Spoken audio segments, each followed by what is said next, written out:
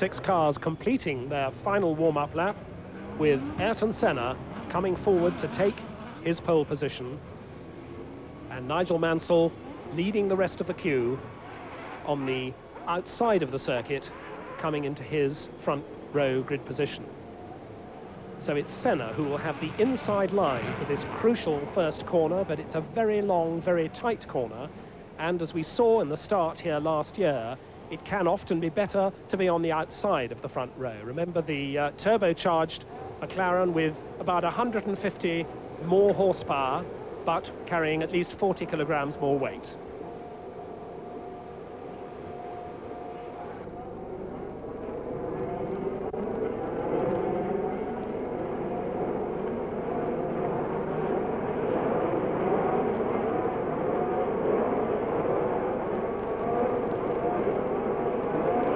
We have a red light, 76 laps to go. There is the green.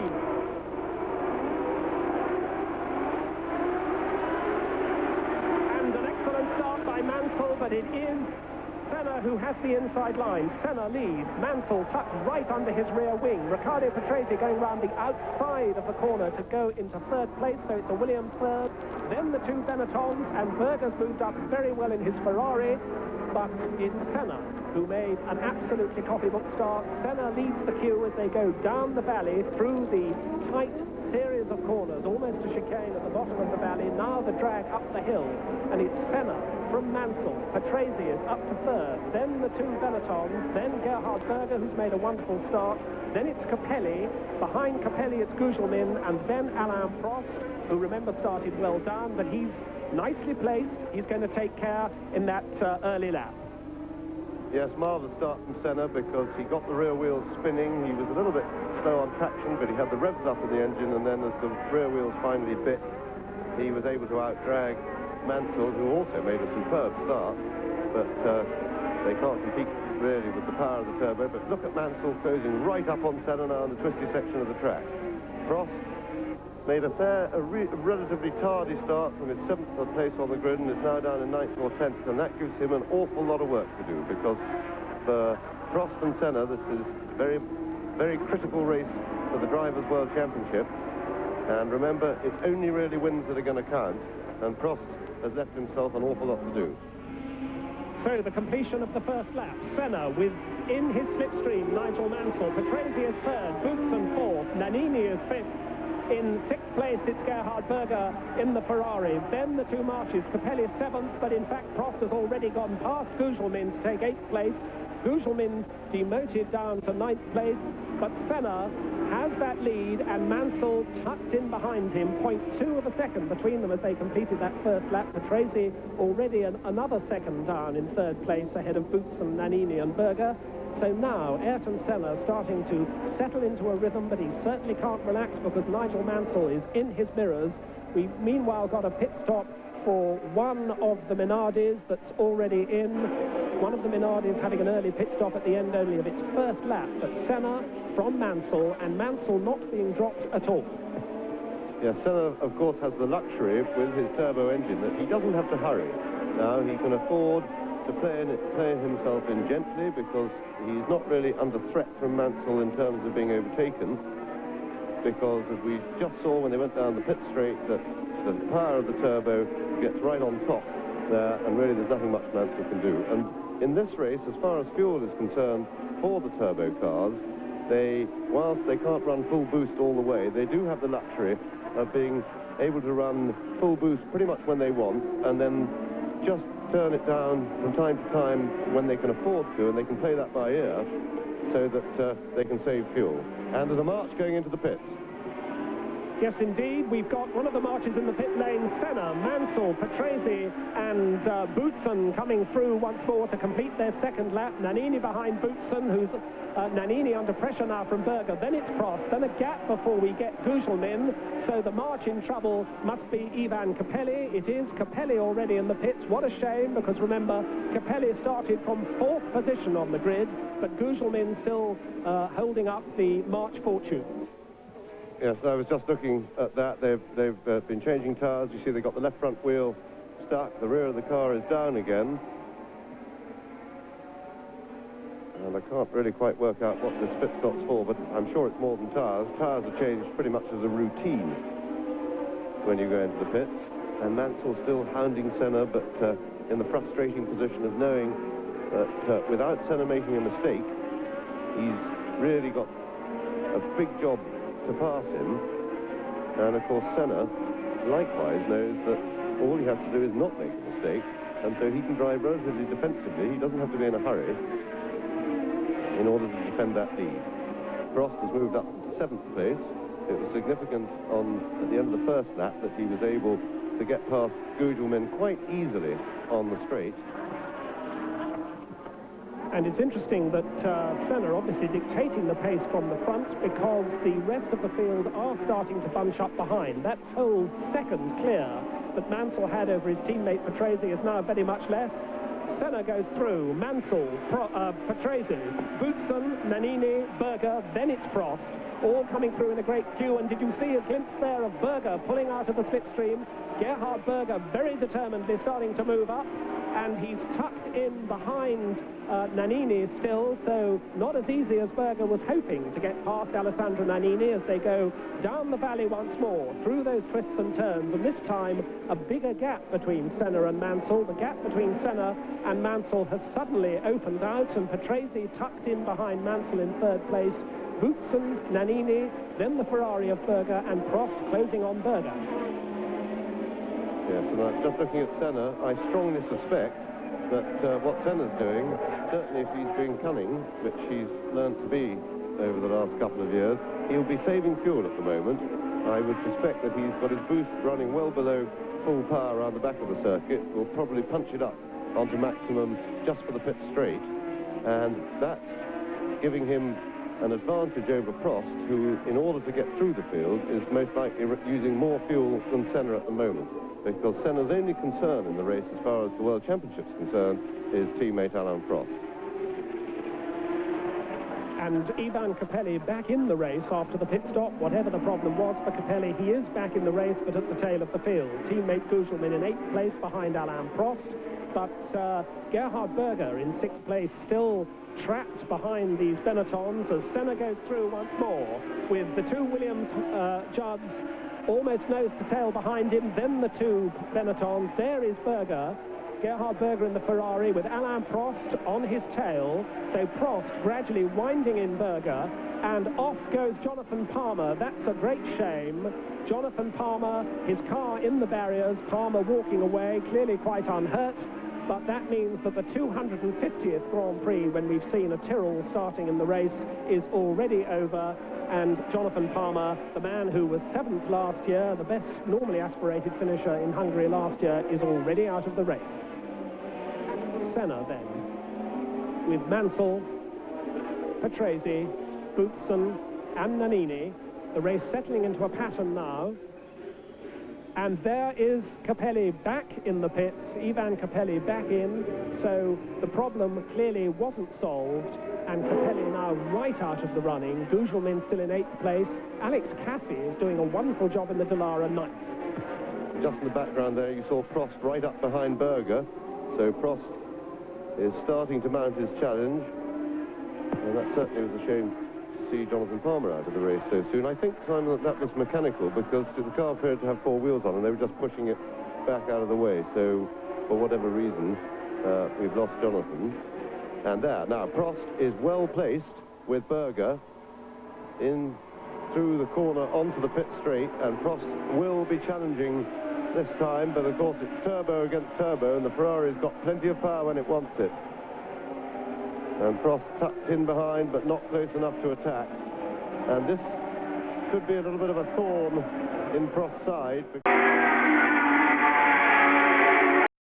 But as long as Berger's in front of him, and Berger's losing ground slightly to the Atmos ahead of him, and will want to be past him as soon as possible. So 5 laps completed. We're now on the 6th lap. Still Senna the leader from Mansell and Patrese in the Williams Hondas. There is Berger with his mirrors absolutely full of McLaren. But as James says, Alain Prost apparently unable to do anything about it at the moment. They're battling for 6th place. It's the 2 Benettons in 4th and 5th places. Boutsen ahead of Nannini. behind Prost. Gugelmin is 8th in the march. Alex Caffey doing that very excellent job still in the Dallara is 9th. Derek Warwick is 10th. And right down in 13th place, Nelson Piquet disputing 13th place with Michele Alboreto. Two very unhappy men there, I think. But the Ferrari challenge still being led by sixth man Gerhard Berger. And here they're coming once more, and Alain Prost just following him through. As James says, he has one opportunity to build up to try and get a run at Gerhard Berger. So as they come back round the back section, back towards the start-finish straight, now he takes a very wide entry, and let's see if he can do it.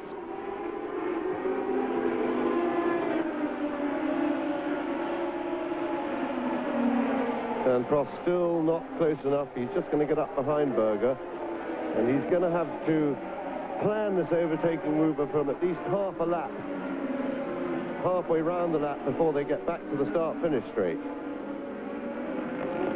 I dare say now, when they get off the straight, that he punches his boost button down a notch. But Senna, I just get the vibration that Senna is saving fuel at the moment. He doesn't really mind the fact that there's a big bunch of Atmos right behind him, snapping at his heels. He knows they can't pass him, and I'm sure he's taking this luxury position of being able to get a fuel advantage over Prost, so that when if and when Prost does get through into second place, Senna can probably, if he works it right, will probably be able to run full boost for the rest of the race. Well, Senna then 0.37 of a second ahead of Mansell, and Patrese dropped back just a little bit, a slightly larger gap. Patrese now has to worry about those two Benettons, which are looking a bit threatening behind him. And you see here, this is where Prost should be really close, and he's not close enough, really, to Berger, because this is the penultimate corner, and he's got to be right behind him as they go into the last corner, and he's not. So another lap goes, and Prost is still stuck behind Berger. So the position now as they complete 7 laps, Ayrton Senna, the leader, by that narrow margin from Nigel Mansell in the Williams. Riccardo Patrese's Williams is 3rd. Then 4th and 5th, the two Benettons of Thierry Boutsen and Alessandro Nannini. And Gerhard Berger hanging on to that 6th place. He's just set the quickest lap, but of course it's early days yet for that. But Berger still 6th, narrowly ahead of Alain Prost and Mauricio Gugelmin in the march. So a 5-car group at the front, then this pair of Ferrari and McLaren, Berger and Prost. Prost, perhaps the most patient of racing drivers. We've seen him play a waiting game so often, and poor Ivan Capelli having no sort of Hungarian Grand Prix at all, because his march still being worked on in the pits. And Berger now under no real threat. Prost apparently having a little bit of a rest for the moment, gathering his forces, deciding what he can do about this. So Berger in 6th place, but 4.5 seconds behind this leading queue. 4.5 seconds between Berger there in the Ferrari in 6th place and leader Ayrton Senna after 7 laps. This is now the 8th lap. And once again, Prost isn't close enough, but what is significant is that Berger and Prost are actually catching the leading group a little bit, and Berger is currently the quickest man on the circuit.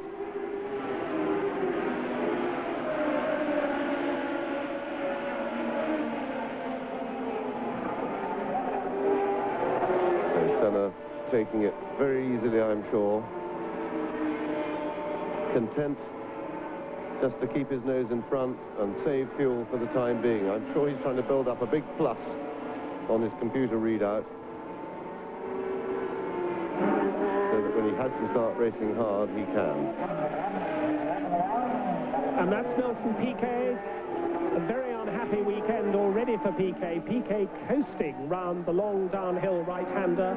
Clearly it's all gone wrong for him. His teammate goes past, and we've also got the other Minardi going off, and we believe that the Minardi and Piquet actually collided. That is the theory that's being put forward here. Certainly Piquet in trouble, the Minardi in trouble, and so Nelson Piquet apparently out of the race. That's Philip Streff in the pits.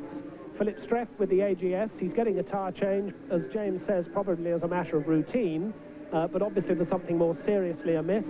than that. And here the leading queue once again, with Senna perhaps 1 length in the slower parts ahead of Nigel Mansell. Mansell as close as he's been. Riccardo Patrese in third place in the other Williams has a grandstand view, but Mansell almost tucked underneath the rear wing of the McLaren, but when they get to this straight, you'll see the McLaren start to move away with its turbo power, and there's nothing that Mansell can do to stay in the slipstream. Senna goes through to complete 9 of the 76 laps. And Prost a bit closer this time, and here we've got a replay of the Piquet incident, or the end of the replay. Now, and Prost made it. So Prost was in position that time. As he came past our position, he was much closer to Berger, so Prost up into 6th place, and now he's got 4 Atmos to deal with. 2 Benettons, 2 Williams, and it must be a very frustrating time for Nigel Mansell, because to drive very, very close to the car in front is a lot more physically tiring and mentally tiring than to have a little bit of space, to be right under the rear wing. You don't have proper vision. You're very restricted with the big wing of the car in front. You also have less grip because the car in front is making a hole in the air. There's Piquet coming into the pits, presumably to check for damage after that little contretemps. But Mansell, as well as having bad vision, making life a lot more difficult from the mental point of view and knowing where you are. And there's Philip Streff. We saw him in the pits just now. He's gone out and obviously not gone very far. So Piquet having a damage assessment, plus probably a new set of tyres. And now back to the lead. And it's really a problem for Mansell, because when you're following a car very closely, the car in front's making the hole in the air, and of course your wings don't work. The wings that push you down onto the road, so you actually have less grip and you have to fight the car a lot more. And this is not good news for Nigel, because this is a hard track physically. It's very tiring for the drivers. There's no rest. It's hot and humid here today, and Mansell is not yet fully recovered from the effects of chickenpox. So there's the order after 10 of the 76 laps. Poor Nelson Piquet still in the pits, although he's not out of the car yet, so they obviously haven't given up hope for getting #1 Lotus back in the race. And the queue now closing up a little bit, because Alain Prost, having now got clear of Berger, Prost has closed up on the 5th man, Alessandro Nannini. Still Senna the leader for McLaren, still Mansell in 2nd place, and Patrese 3rd in the 2 Williams Judds. Still the 2 Benettons 4th and 5th, with Boutsen and Nannini, and Prost in 6th place ahead of the Ferrari. Now, I'm just looking at the printout of the lap times, and it's interesting to see that the lap times are actually a little slower now, the best part of a second slower than they were 3 or 4 laps ago, and that may indicate that the hot and humid weather is beginning to get to the tyres. They got a little bit less grip, because I can't see any oil or anything like that on the circuit. So it may yet become a tyre race. Well, indeed, because the overcast seems miraculously to have cleared. Suddenly the sun is very much brighter, and it's appreciably hotter than it was about 10 minutes or 15 minutes ago. Mansell falls back as the McLaren goes down the straight, and they dive down into this tight downhill first right-hander. Long corner. Patrese slipping back a little bit, and Patrese now under a bit more of a threat from Boutsen, and the McLaren has moved up. Alain Prost has gone ahead of Nannini. So the first of the Atmos picked off by Alain Prost as he starts his progress up through the normally aspirated cars. But Senna still at the head of the queue. And I'm not sure, because I would have expected Senna, that now is the time for Senna to have a bit of a go and pull out, because he would know. And Mansell's off, a wheel off onto the thing, but he's held it together. And you might think that's brilliant driving, but I'm sure Nigel will be the first to tell you that's luck. But it ended up pointing the right direction, and he only dropped 1 place, which is amazing. So a little breathing space for Senna, and that was an error of concentration for Mansell, quite honestly. Now watch, he just puts a little wheel up on the curb, and instead of letting the car ride with it, he fights it, and that causes the spin. Et avec une maîtrise assez incroyable, il reste sur la piste et il perd peu de place et de temps. To 4th place with now Prost behind him. So, as James says, a breathing space for Ayrton Senna. We're now on the 12th lap. We're on lap 12 with coming round now to complete that 12th lap. Here they come once more. There's Senna, much more on his own. Patrese in second place, Boutsen third, and fourth is Mansell with Prost behind him fifth, then Nannini in sixth place. Gerhard Berger in the Ferrari just diving ahead, so Berger goes ahead of Nannini. Gerhard Berger gets the Ferrari up into the top six. As I was saying before all the excitement with Nigel's little spin then, that I think maybe Senna, he wasn't happy with the handling of his car this morning, and maybe he's just having a little bit of a struggle with the handling. He's got too much understeer on the car, and it's quite critical, this track, because it's not a very grippy surface. It makes the cars quite difficult to set up, and if you're just a little bit wrong, the effect is quite big. Of course, there are adjustments they can make in the cockpit to the roll bars front and rear that you can adjust the balance as you go along, and also to the brake balance. But it's only it's limited. And 1.6 seconds was the gap between Senna and Patrese as they completed that 12th lap, so that's that useful cushion that Ayrton Senna's now got, thanks to Nigel Mansell's spin. Patrese in second place, there he is, there's Boutsen third, Mansell in fourth place, and Alain Prost doesn't seem to be closing on Mansell very much. Yes, this is a problem, because Mansell's driving so well that he's going to be a lot quicker around the back of the circuit through all the twisty bits. And Prost is going to have a big problem being close enough to him at the end of the lap when they start as they come onto the start-finish straight for the new lap. He's going to be struggling to be in range to make the overtaking maneuver, and that clearly demonstrates that he's still way too far behind to attack, and in fact Berger is now moving up on the pair of them. So this circuit where overtaking is so difficult certainly seems to be seeing lots of action. It's interesting that some changes to this circuit are being planned to make overtaking a little bit more easy and to get the average speed up. Average speed's about 100 miles an hour or a little bit lower on this circuit, but 1.8 seconds now the gap between Senna and Patrese. So Senna now perhaps is able to get into his stride without the threat of Mansell behind him. The gap easing out a little bit, 1.8 seconds at the end of 13 laps. Then still Boutsen third in the Benetton, Mansell fourth in the Williams after that spin, Alain Prost fifth, and Gerhard Berger having demoted Alessandro Nannini, Berger getting his Ferrari up into sixth place. It seems that the Ferrari is a very difficult car to drive on this circuit. Its power may be almost as great as the McLaren's, but it comes in with much more of a rush further up the rev range, and certainly Berger was complaining in qualifying that it was very, very difficult to get a smooth lap round here.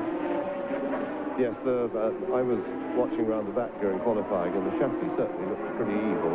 Around just the corner we're looking at now, Ferrari was understeering an awful lot in the middle, and then when the power came in with a bang, back end was letting go, and a new fastest lap for Nelson Piquet, but of course, remember he's been in the pits and lost time after his little contretemps with the Minardi, so all rather in vain. And there once again we saw Prost still not being able to get really even close to an overtaking position with Mansell, and this has got to be very important for Prost if he's going to win this race. Well, if he's going to win the World Championship, he needs to win this race,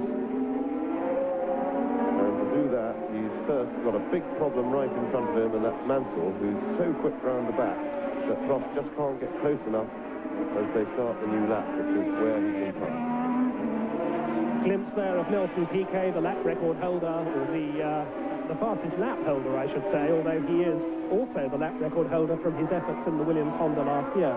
But he's way, way down, and there's Alain Prost in his pursuit. Alain Prost in fifth place, Nigel Mansell in fourth after the spin, and there's Ayrton Senna comfortably out in front in McLaren number 12. The gap going up all the time because Riccardo Patrese is visibly further back now, and Patrese, I think, starting to come under a little bit of pressure from Thierry Boutsen, who's in third place. Still Mansell fourth. There's the gap, and it is indeed increasing, 2.1 seconds between the leader, Senna, and the second-place man, Riccardo Patrese. But on the picture now is Alain Prost pursuing Nigel Mansell, and clearly not closing that gap anymore. The gap between them about 0.8 seconds. then my remarks about lap times about 3 or 4 laps ago you can now ignore, because whatever slowed them down, one hasn't been able to determine, but the lap times are now coming down, as you'd expect, with the fuel load. So I think my idea that maybe there's going to be a tyre problem for the moment goes away, but that's not to say that it won't crop up later in the race. Remember that this circuit, as they put rubber down, will get more and more grippy, and that will create more and more wear on the tyres. Yes, Alain Prost was rather perturbed to find that the circuit has been cleaned overnight. They cleaned the circuit very assiduously, the Hungarian organisers, which of course took off some of the rubber which the cars had put down during the qualifying sessions. But as James says, obviously lots of rubber going down. Senna just took the curve then. You could see his helmet wobbling about in the cockpit, a little bit of an error there, but the gap, in fact, coming down again. 1.9 seconds is the gap at the end of 15 laps. So Senna, having made that little burst, he is perhaps now concentrating on keeping the gap constant between himself and Riccardo Patrese. And behind Patrese, you see Boutsen in the multicoloured Benetton,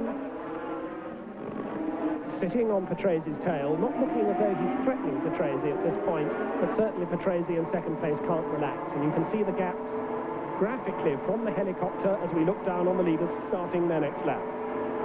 Also, you see the magnificent crowd here.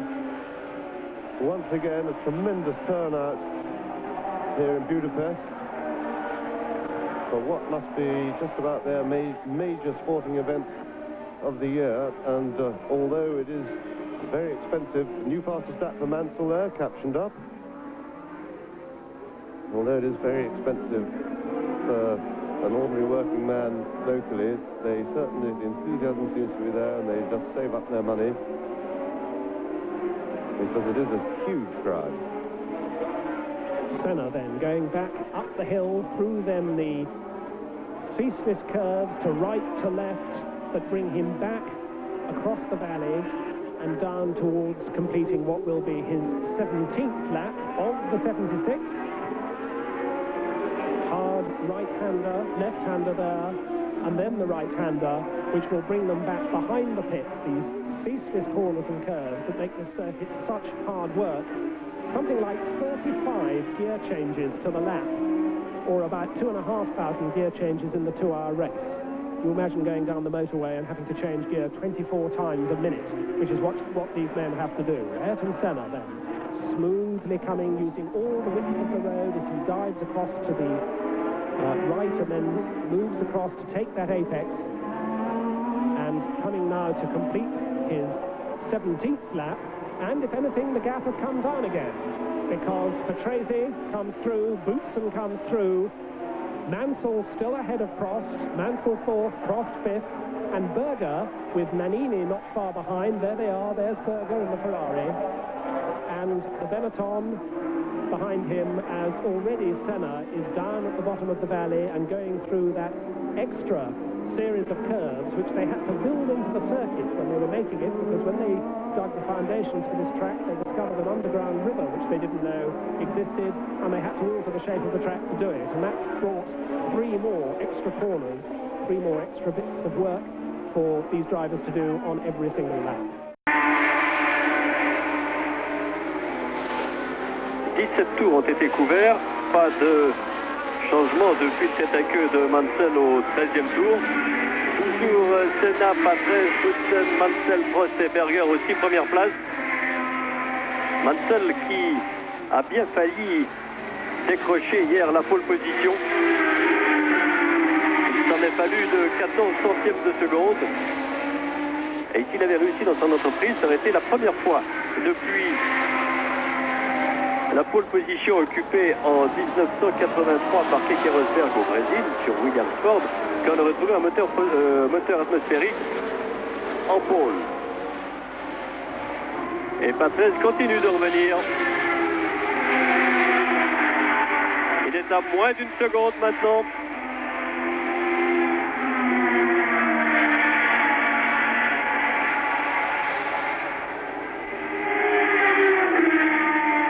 La position de Senna est bien sûr favorable puisqu'il est en tête, mais est peut-être un peu plus difficile à tenir dans la mesure où c'est lui qui doit imprimer le rythme. Essayez de ne pas trop consommer tout en conservant le commandement de la course.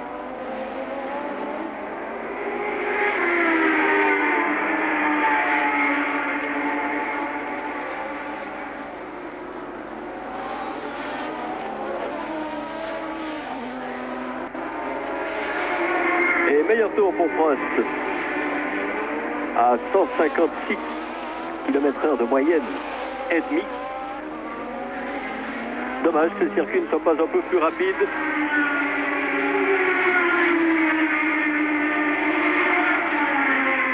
Il était censé être un peu plus rapide, ce circuit de Hungaroring, lorsque les plans avaient été établis.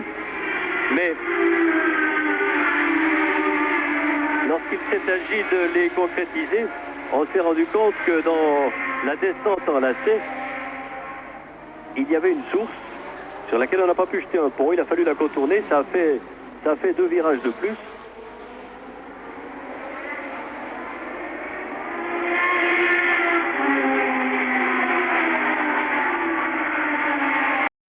Or more length behind Mansell as they went in that corner, and to make an overtaking manoeuvre, he's got to really be within 3 lengths, preferably 2, and there's Ligier going off. That looks like Johansson.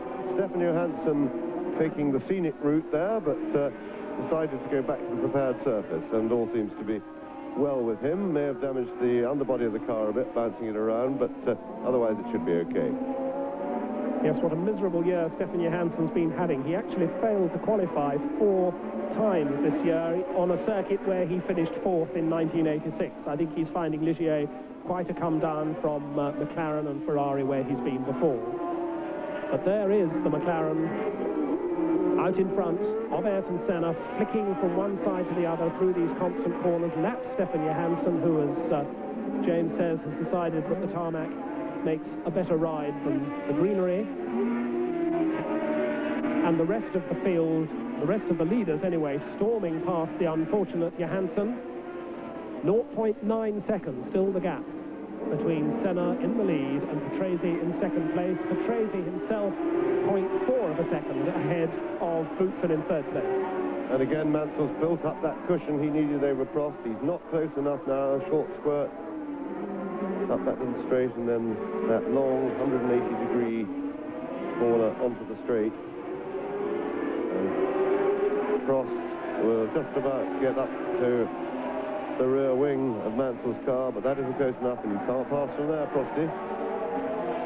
Yes, Prost having a little look and has to move back, and that little manoeuvre seems to have cost him, in fact, some time. It's also interesting that Nigel Mansell himself, although, as James says, one of the very quickest men round the back, Mansell doesn't seem to be making very much impression on Thierry Boutsen, who's in third place ahead of him. And the gap's still more or less the same, 1.1 seconds almost exactly between Senna and Patrese, and then still half a second between Patrese and Boutsen, another clear second between Boutsen and Mansell. But the good news is that we have 5 potential winners in a group that you can see, with a couple more potentials not very far behind, particularly Nannini in 7th place. Berger, I have a feeling, might be going to have to back down on his power in the second half of the race in order to run this speed. I suspect he's building a deficit on his fuel load, but of the other cars in the leading 7, any one of them, I think, is capable of winning the race. And we had a glimpse there of Stefan Johansson, who's made it to the pits and has come in for a bit of examination. I'm sure he did the underneath of his car no good at all. There's Senna clipping a curb once more, sawing away at the wheel, and Patrese a little bit closer, I think, that time. Yes, the gap down to 0.8 of a second, but still that cushion remaining, and Boutsen once more is closer to Patrese.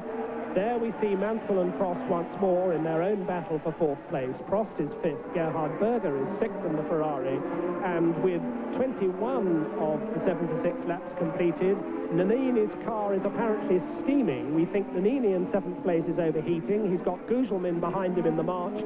Caffey is 9th in the Dallara, and Michele Alboreto has brought his Ferrari up to 10th place. Yes, I get the feeling that this race is really going to come alive as a contest once the leaders get amongst the back markers, because that won't be too far away now. This is not an easy place to lap cars, and opportunities for passing are more likely to manifest themselves once they get into the traffic.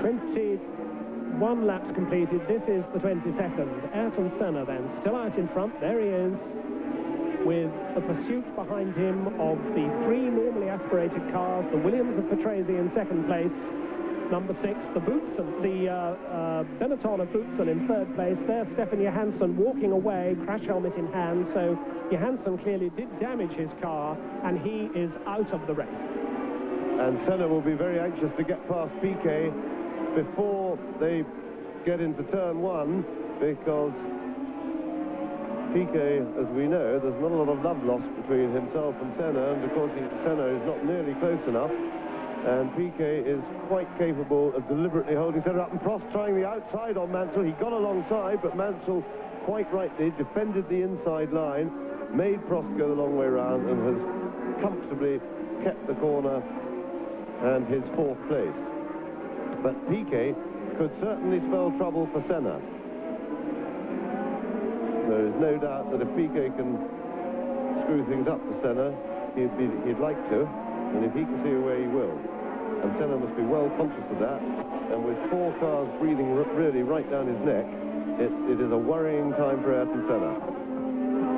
Meanwhile, further back, sadly, Alex Caffi, the young Italian in the Dallara, who was going so very well. He was in 9th place, but the Cosworth engine in his Dallara has blown up. Caffi out of the race from 9th place. That will promote Michele Alboretto's Ferrari to 9th and Derek Warwick's Arrows up to 10th place.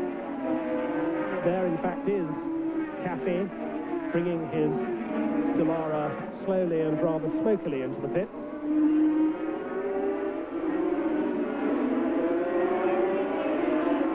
And still the obstacle ahead of Ayrton Senna, of Nelson Piquet, who of course is going virtually as quickly. He had a delay earlier on, and still Senna not close to him. Shows what a bit of a stimulus does for you. That's certainly the most competitive Piquet's been all weekend. His practice was verging on the pathetic, and his qualifying performance.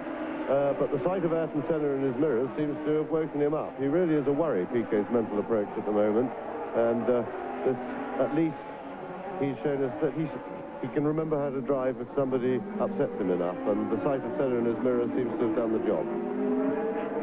And there's Prost, now somewhat out of touch with Nigel Mansell. Prost has dropped back quite a bit, and there's a real 3-car queue ganging up behind Ayrton Senna as Senna considers what he's going to do to get past Piquet ahead of them. Yes, and that's the worst thing that could have happened to Senna. What he needs is a bit of space to deal with Piquet, because it looks as if it's going to take him 2 or 3 laps to catch Piquet, and if Piquet holds him up at all, then the 3 Atmos behind him will be ready to snap up any mistake. Interesting, Prost got back quite considerably to Mansell, almost giving the impression that he might be in a little bit of trouble of some sort. Yes, you can see the gap as we look down from the helicopter, with Prost well back, and Senna now with only about a length clear of Patrese. That's a glimpse there of the Dallara once more, which is still pottering gently around, almost at walking pace. And the flag waving, the blue flag that was, and in front of them now, that's the Dallara once more, trying to keep out of the way. Alex Caffi, who was going so well, pulls off the circuit, and there's the Ligier of René Arnoux, which has now got the leaders storming up behind. Piquet's gone by, Senna goes by, and then Arnoux shuts the door in between leader Senna and second man Patrese, and that's really held Patrese up. But now we've got in the pits Nannini, Alessandro Nannini, who had dropped to 8th place, and we said he was smoking. He's now in the pits. But here is Ayrton Senna now on the tail. There's the Nannini Benetton in the pits. Alessandro Nannini in the pits with some sort of, I would think, fairly terminal mechanical trouble, but Senna has got neatly past Nelson Piquet. Ayrton Senna has lapped Nelson Piquet without difficulty, and the 2 Williamses with the Benetton between them, Patrese second, Boutsen third, and Mansell fourth, are now themselves queuing up behind Piquet. I think, in fact, Patrese has got through. Yes, in fact, they're all steaming by, so Nelson Piquet played the gentleman and didn't get into anybody's way. But that did seem to help Ayrton Senna a little bit, I think. Yes, well, full marks to Piquet, really, for doing the thing properly. That showed good restraint on his part. But Prost has now fought back. Piquet let Senna go, then he made sure that he didn't interfere with the pursuers. And Prost is back. When I say challenging Mansell, he's not close enough again this time, really. He may be just about be able to get alongside, but Nigel knows he's got the option of taking the inside line if threatened. And also, of course, Nigel is in the tow, and the other Atmos ahead of him. 25 laps then of the 76 completed, so we're just about up to 1/3 distance. The gap between leader Senna and second man Patrese is now gone up to 1.7 seconds, and that's the result of the fact that Senna was able to get past Piquet to lap him rather more rapidly than Patrese, Boutsen and Mansell were. And as James says, back markers will, I'm sure, play quite a role in this race, because they're now well among the back markers. There is Gerhard Berger alongside Nelson Piquet, who didn't seem to give him an awful lot of room there, actually, but Berger passed Piquet as well. Gerhard Berger still in 6th place, although he's 3.6 seconds behind Alain Prost in 6th place, and somewhat out of the running of this wonderful 5-car battle at the front.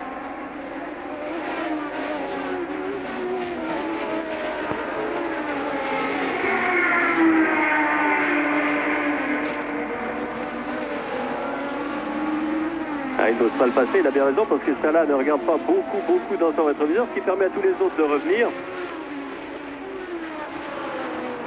Salah entraîne un regroupement complet derrière lui,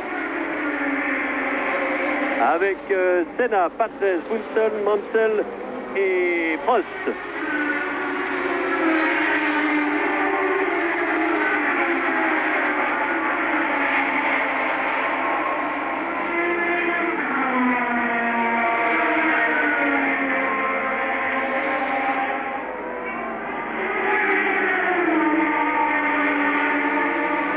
Alors les écarts après ce 24e tour, Patrese à 3/10 de Senna, Boutsen à 3/10 de Patrese, Mansell à 7/10 de Boutsen et Prost à 5/10 de Mansell.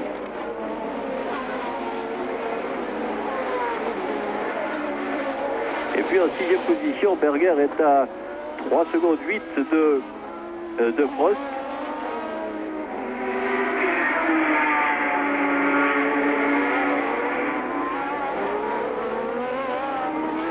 Mais Senna semble tout de même en mesure de bien contrôler les choses.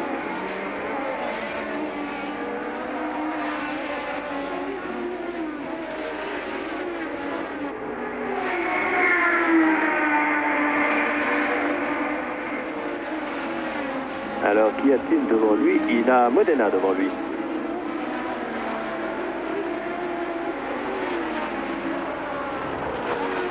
Modena qui a bloqué Prost hier dans le dernier tour des essais,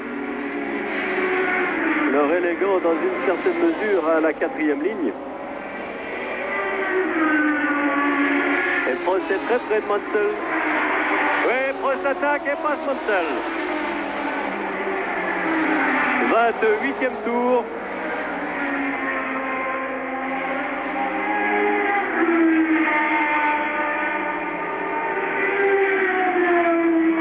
Et Prost est maintenant 4e.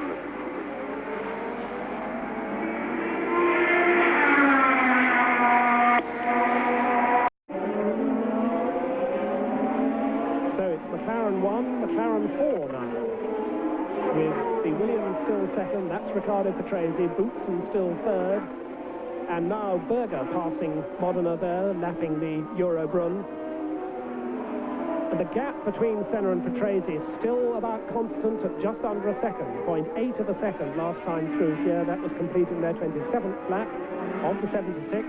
Still Boutsen third in the Benetton, and remember his teammate Sandro Nannini has come smokily into the pits to retire. Nigel Mansell demoted to 5th place, Alain Prost now up to 4th, and there they all are, all ganged up again behind another back marker. Blue flags waving energetically. The blue flag, of course, indicates to a driver that there's a car behind about to pass you. Watch your mirrors. The mirrors on these cars are absolutely minute, by the way. It must be very difficult to be able to see very much in them because they're only a couple of inches across. So the blue flag is definitely a help if you're one of the slower cars. This is the completion of the 27th lap. Yes, the mirrors, of course, are out in the airstream. They stick out from the sides of the cockpit, and therefore they're an aerodynamic penalty. And, of course, as a result of that, they need to be as small as possible. But they are the magnifying type of mirror, and it's surprising, in fact, when you've got them set absolutely right, just how much you can see. A car with its mirrors set properly and a good driver in should basically have proper 360-degree vision. So they're the 1 to 6 with the gap down to 0.4 among the back markers between Senna and Patrese. 0.4 of a second between Patrese and Boutsen. And Alan Prost with a little bit more of a gap between himself and Boutsen, but I think we could well see now the McLaren gradually wind in Nannini, Boutsen I should say, in the Benetton. Nannini, of course, sadly already out of the race.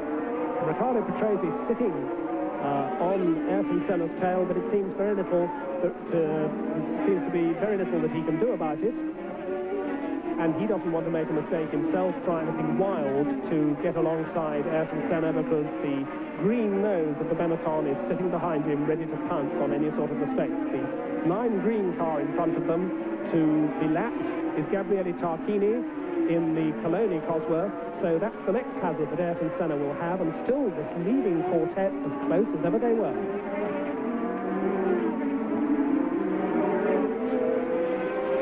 And Nigel Mansell seems really to be dropping back. We wonder, James, whether Nigel is in fact in some sort of problem now.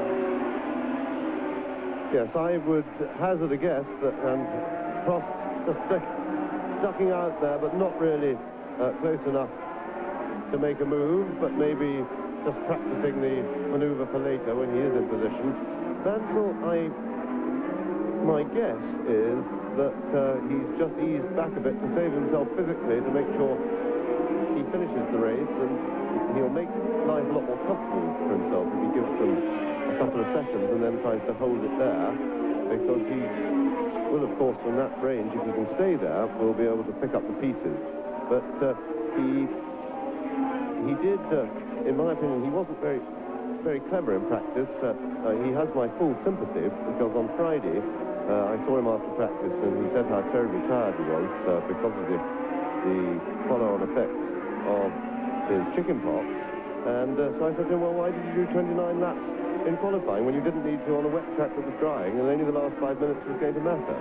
And so it was, of course, it's very exciting for a driver. Prost squeezes through there past the Coloni. It's very exciting for a driver who's been having a bad year to be quickest and up there right at the top of the leaderboard in practice. But a Grand Prix takes the whole weekend, and you have to think of it as all 3 days as being one event. And to have expended a lot of energy on Friday for no good reason seemed to me to be a bad mistake. And he didn't do that many fewer laps yesterday either. So he's done a lot of work as Senna just manages to punch past Nakajima's Lotus. And we've lost Andrea De Cesaris, who was running in 9th place in the Real. Andrea De Cesaris missing from the lap chart, and that's going to promote Derek Warwick, who was running just behind him. We've now got Warwick up to 9th, Michele Alboreto still 8th in the other Ferrari, Gugelmin's March still 7th, and in 6th place it's still Gerhard Berger, with the next back marker, one of the Calmel's Lolas, which is going to be the next problem for the problem. That's going to be the next car to lap, but we think that Thierry Boutsen has moved past Patrese into 2nd place. And I think Patrese may be in a little bit of trouble, which is possibly why Senna's got a bit of a lead, and certainly Prost was climbing all over the back of Patrese's car, so I think maybe Patrese's run into some sort of mechanical trouble. And it's spread this leading group, probably only temporarily. Now, we'll get a good look there. Prost going through behind him. Nakajima, who's just been lapped, following them. Now, Prost needs to get a little bit closer than this. He's got this corner on the next in order to get into the overtaking position, and he did. He's closed up a little bit. Now, watch Prost, who's perfectly placed now. The slingshot past Patrese. Going up the straight, lost a little bit of ground in the corner, and that, of course, but look at the power of that turbo. He just walks past him. And the turbo still has a lot more power. I mean, that is a big power difference for a car to be able to accelerate, because remember, the Atmos get out of that corner quicker than the turbos because they got better throttle response and they can get a clean bang in with the power. So they actually gain ground as they leave the corner, but then when the turbo gets into its stride, it just gobbles them up.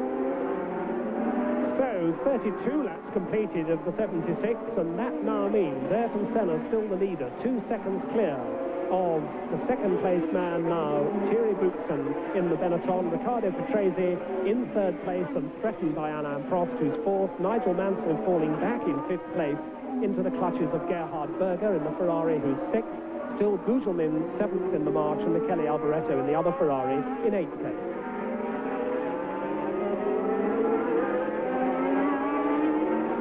And Ayrton Senna looking really almost lonely now. 2 seconds seems really quite a long way, and much easier to be able to work your way through back markers and pass them wherever you like when you've got empty mirrors. But there a glimpse of Boutsen in the Benetton, so he's not that far behind. It was 2 seconds at the end of the lap. There is Alain Prost, now of course third, because he did get past Patrese, as James explained. So Alain Prost in third place, with Riccardo Patrese slipping back in fourth. So it's McLaren's 1 and 3. There's the car in between them, the multicoloured Benetton, and there Alain Prost now in third place, and Berger goes past Nigel Mansell. Gerhard Berger moves up to fifth place. It's not, it's Patrese. It's Patrese, of course. So the order now, with Patrese clearly in trouble. Patrese has slipped right back. The order now, Senna first, Boutsen second, Prost third, Nigel Mansell back to fourth, having gone past his teammate and taken Gerhard Berger with him. Berger is fifth, Patrese sixth. And you see on the captain, Senna has just put up the fastest lap of the race so far, and so that confirms in a way my suspicions that Senna has been saving himself for the battle with Prost, because with Prost now in third place, although courtesy of the traffic, quite a way behind. He's some 5 seconds behind Senna. Nearly 8 seconds. Nearly 8 seconds. There goes Prost. So Prost has got a lot of work to do, and I have a sneaking suspicion that Ayrton Senna has been saving fuel and now might well be able to run the rest of the race on full power. And I doubt whether Prost has been able to do that, because he's had to keep punching up to full power to get past the traffic. Well, we'll keep a close eye on the gap between Alain Prost in third place at the back of the picture there, and that man Boutsen going out of the picture at the bottom into the first corner in second place. Prost in third with that gap to close. But Prost has responded to a new fastest lap for Alain Prost, a whole half a second quicker than Ayrton Senna's previous one, but they're both going quicker. Senna also down in the 31, the 31.5 for Alain Prost.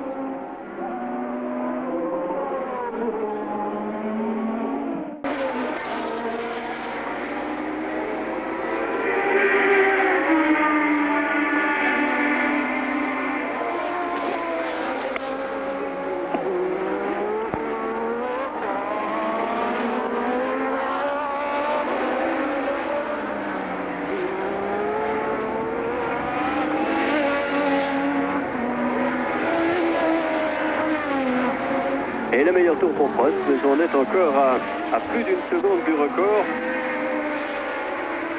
Il faut dire que l'on n'est pas encore à la mi-course.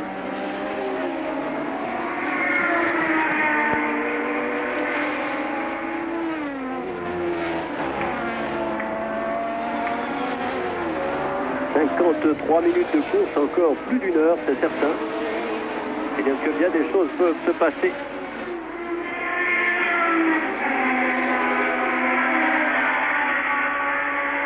L'écart reste stable entre les nouveaux meilleurs tours pour Prost, une 31.5. Il a repris 6 dixièmes maintenant à son coéquipier. Il fait le forcing. En 4e position, Mansell. 5e, Berger. deuxième Patrese.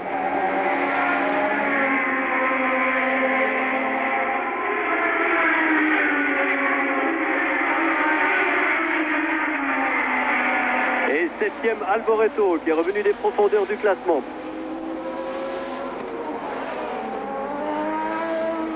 Et c'est fini pour Arnoux, je crois. C'est pas bien vu.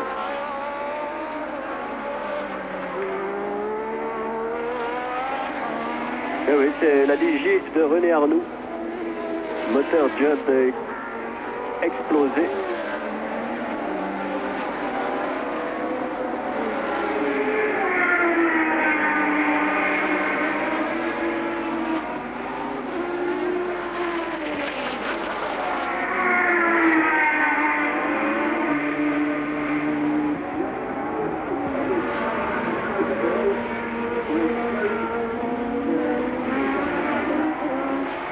Et c'est terminé pour le vétéran de la Formule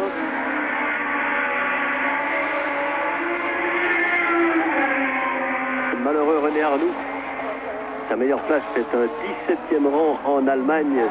Alain Prost chiseling away at the gap between himself and Thierry Boutsen, and there's his new fastest lap. Yes, that's 3 new fastest laps on the trot for Prost. His times are coming down. At the moment, he seems able to lap, getting on maybe 4 tenths, getting on for half a second, maybe 4 tenths of a second a lap quicker than Ayrton Senna.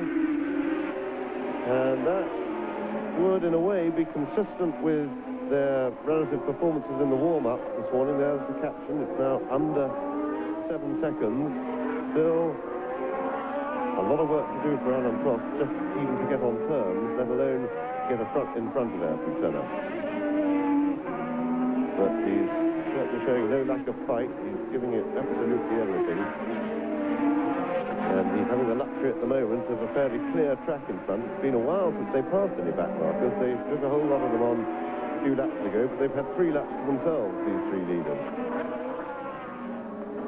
35 laps completed then. They're on their 36 of the 76. And there you see the gaps, 2.3 between Senna and Boutsen, and a further 4.4 between Boutsen and Prost. But these gaps coming down, and the gap between Boutsen and Prost just creeping down.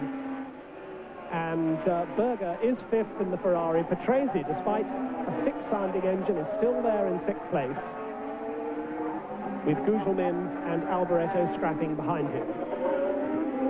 And yet again, another fastest lap for Prost, and really marvellously consistent driving. He's done 31.5 in the Nats, 31.5 dead, 31.1, and now 31.035.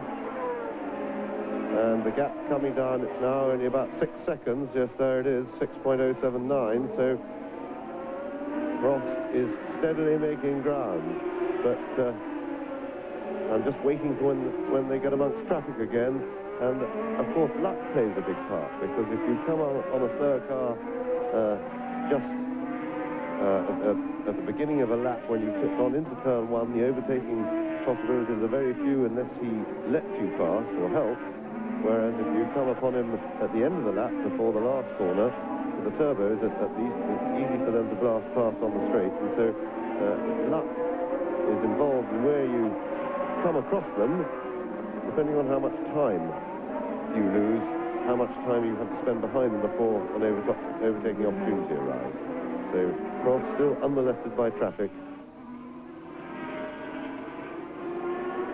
And there's Senna completing his 37th lap, so very near to half distance now, and the gap back to Boutsen 1.9 seconds, the back gap from Boutsen to Prost 3.1 seconds. So the leading trio getting closer, that the gap's shortening. Mansell is 12 seconds behind Prost, and Nigel Mansell now having a rather lonely race in 4th place. Gerhard Berger in the Ferrari is still 5th. There's Senna switching his way through those curves at the bottom. Riccardo Patrese with his engine sounding flat, I would guess at a broken exhaust system, but he's still travelling reasonably rapidly in 6th place. Still Mauricio Gugelmin, the Brazilian, is 7th in the only March still surviving in the race. in 8th place, it's Michele Alboreto in the other Ferrari. There's the positions after 37 laps. And there Ayrton Senna continuing to reel off these smooth laps with Thierry Boutsen tantalizingly out of reach. Slowly the concertina closes up.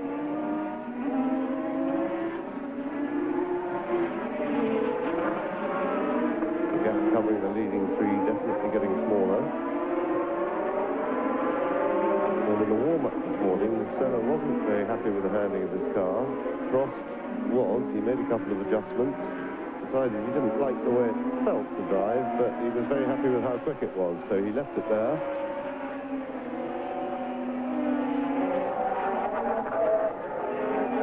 And this time the gaps have remained fairly static. Great sweep down that downhill series of corners from Alain Prost. And into the pits comes Nigel Mansell. Nigel Mansell is in the pits. There he is, at just on half distance. One of the mechanics tripping over a wheel. He's obviously getting fresh tyres. It is just a tyre stop by the look of things, and away he goes after 10 seconds. Nigel Mansell rejoins on a fresh set of tyres, and he will come out. We're just working out where he will come out, we think, in 8th place. So that's interesting, a tyre stop for Nigel Mansell. The Goodyear tyre technicians were saying they hoped that as long as it didn't get too hot today, that the entire field would be able to run without a routine tyre stop, but Mansell perhaps unhappy with the handling of his car, perhaps it's used up its rubber more quickly than he'd hoped, and Mansell, the first half-distance tyre stop that we've had this race. Yes, and that means that the other teams, if they're doing their job properly, will now look very closely at Mansell's lap times to see just how much help that tyre stop has been, unless, of course, you've got a slow puncture or something, you come in for a specific. But look, that gap has closed up. Boutsen closer to Senna, and Prost closer to the pair of them, and yet another fastest lap for Prost, and Prost is really flying. So out of the last 5 or 6 laps, I think Prost has brought the lap time down on all but one of them. Yes, the gap between the two of them, well, the gap, I should say, the period of time covering that top three, Senna, Boutsen and Prost, is now about 3.4 seconds. There it is, in fact, 3.4 seconds on the caption between Senna in the lead, Alain Prost in 3rd place, and of course there's Thierry Boutsen's peloton between the two of them.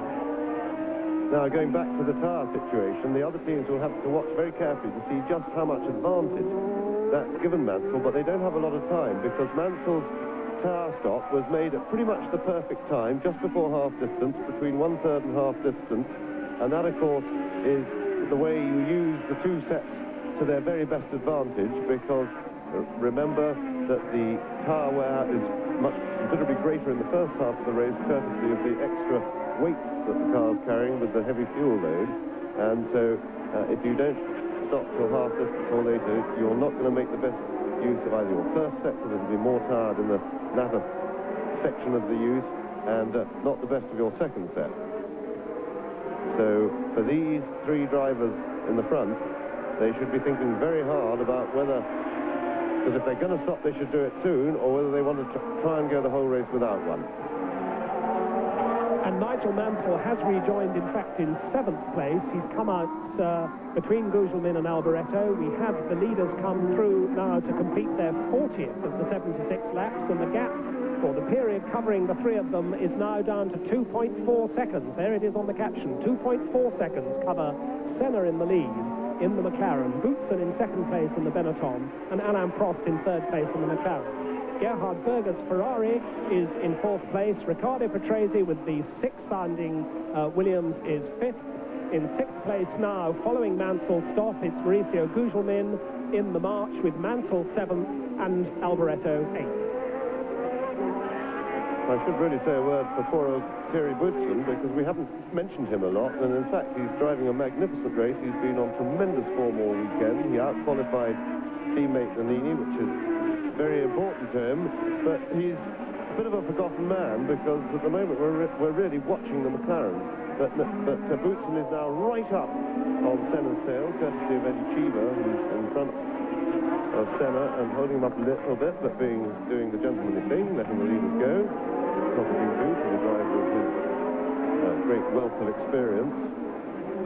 But one has the feeling always that of the three leaders, Boutsen really has the least chance to win this race because the turbos can always blast past him on the straight pretty much at will. And Prost right up there now.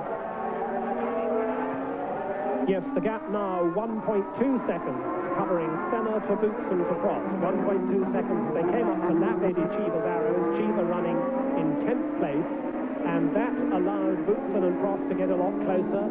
Meanwhile, Gerhard Berger a whole 15 seconds or so down in 4th place in the Ferrari. So it's very much a three-car race, and there are the three cars. There's Alain Prost in 3rd place. Still Riccardo Patrese sounding horrible, his car sounding horrible with that broken exhaust pipe, but it's not slowing him down very much. He's still holding 5th place. Gugelmin still holding 6th. And Nigel Mansell is catching Mauricio Gugelmin. Mansell, after that car stop, in 7th place. Oh.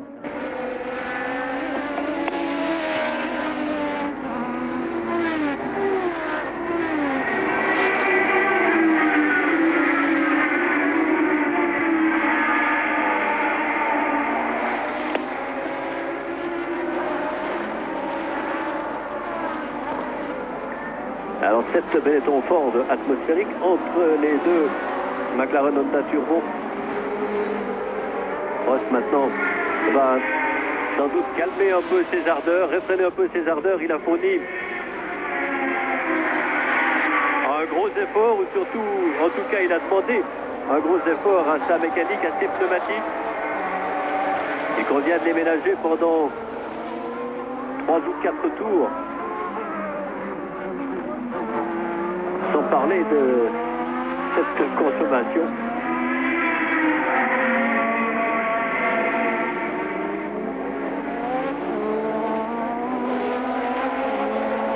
Elle nous annonce que Alboreto vient d'abandonner sur la piste.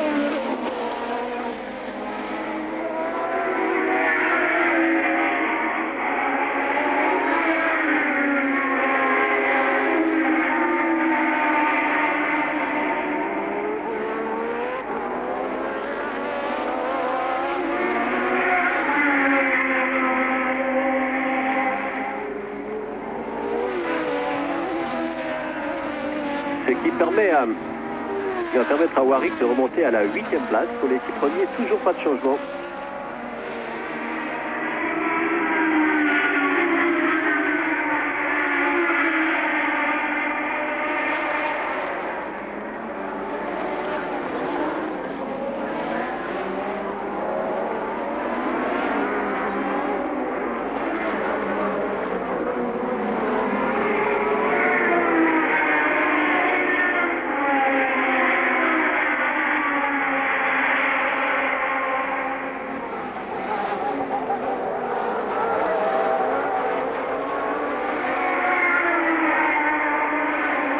Alors la situation est un peu inversée maintenant, dans la mesure où Prost est plus près de Boutsen que Prost Stay within that essential 3 or 4 lengths through the twists and turns when, of course, he's in the tow from Boutsen.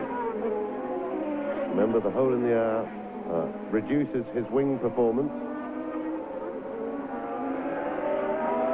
And Senna now just making it past the arrows there. Looks like Derek Warwick doing that. Derek Warwick in 8th place. And this might just help Prost if he can keep Boutsen. If Warwick will keep Boutsen behind him, that'll help Prost catch up, and it may be the chance that Prost is looking for. Prost getting closer all the time. Boutsen goes by, and that will hold Prost up, so maybe it worked against Prost. And I don't think he's close enough to make his attack. No. Things look good for a moment, but Boots and then Prost a little bit of time. Warwick did.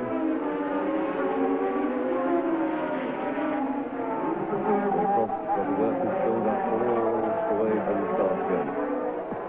Yes, and we get the indication off the times now, 3 seconds, spanning the leading trio, Senna, Boutsen and Prost.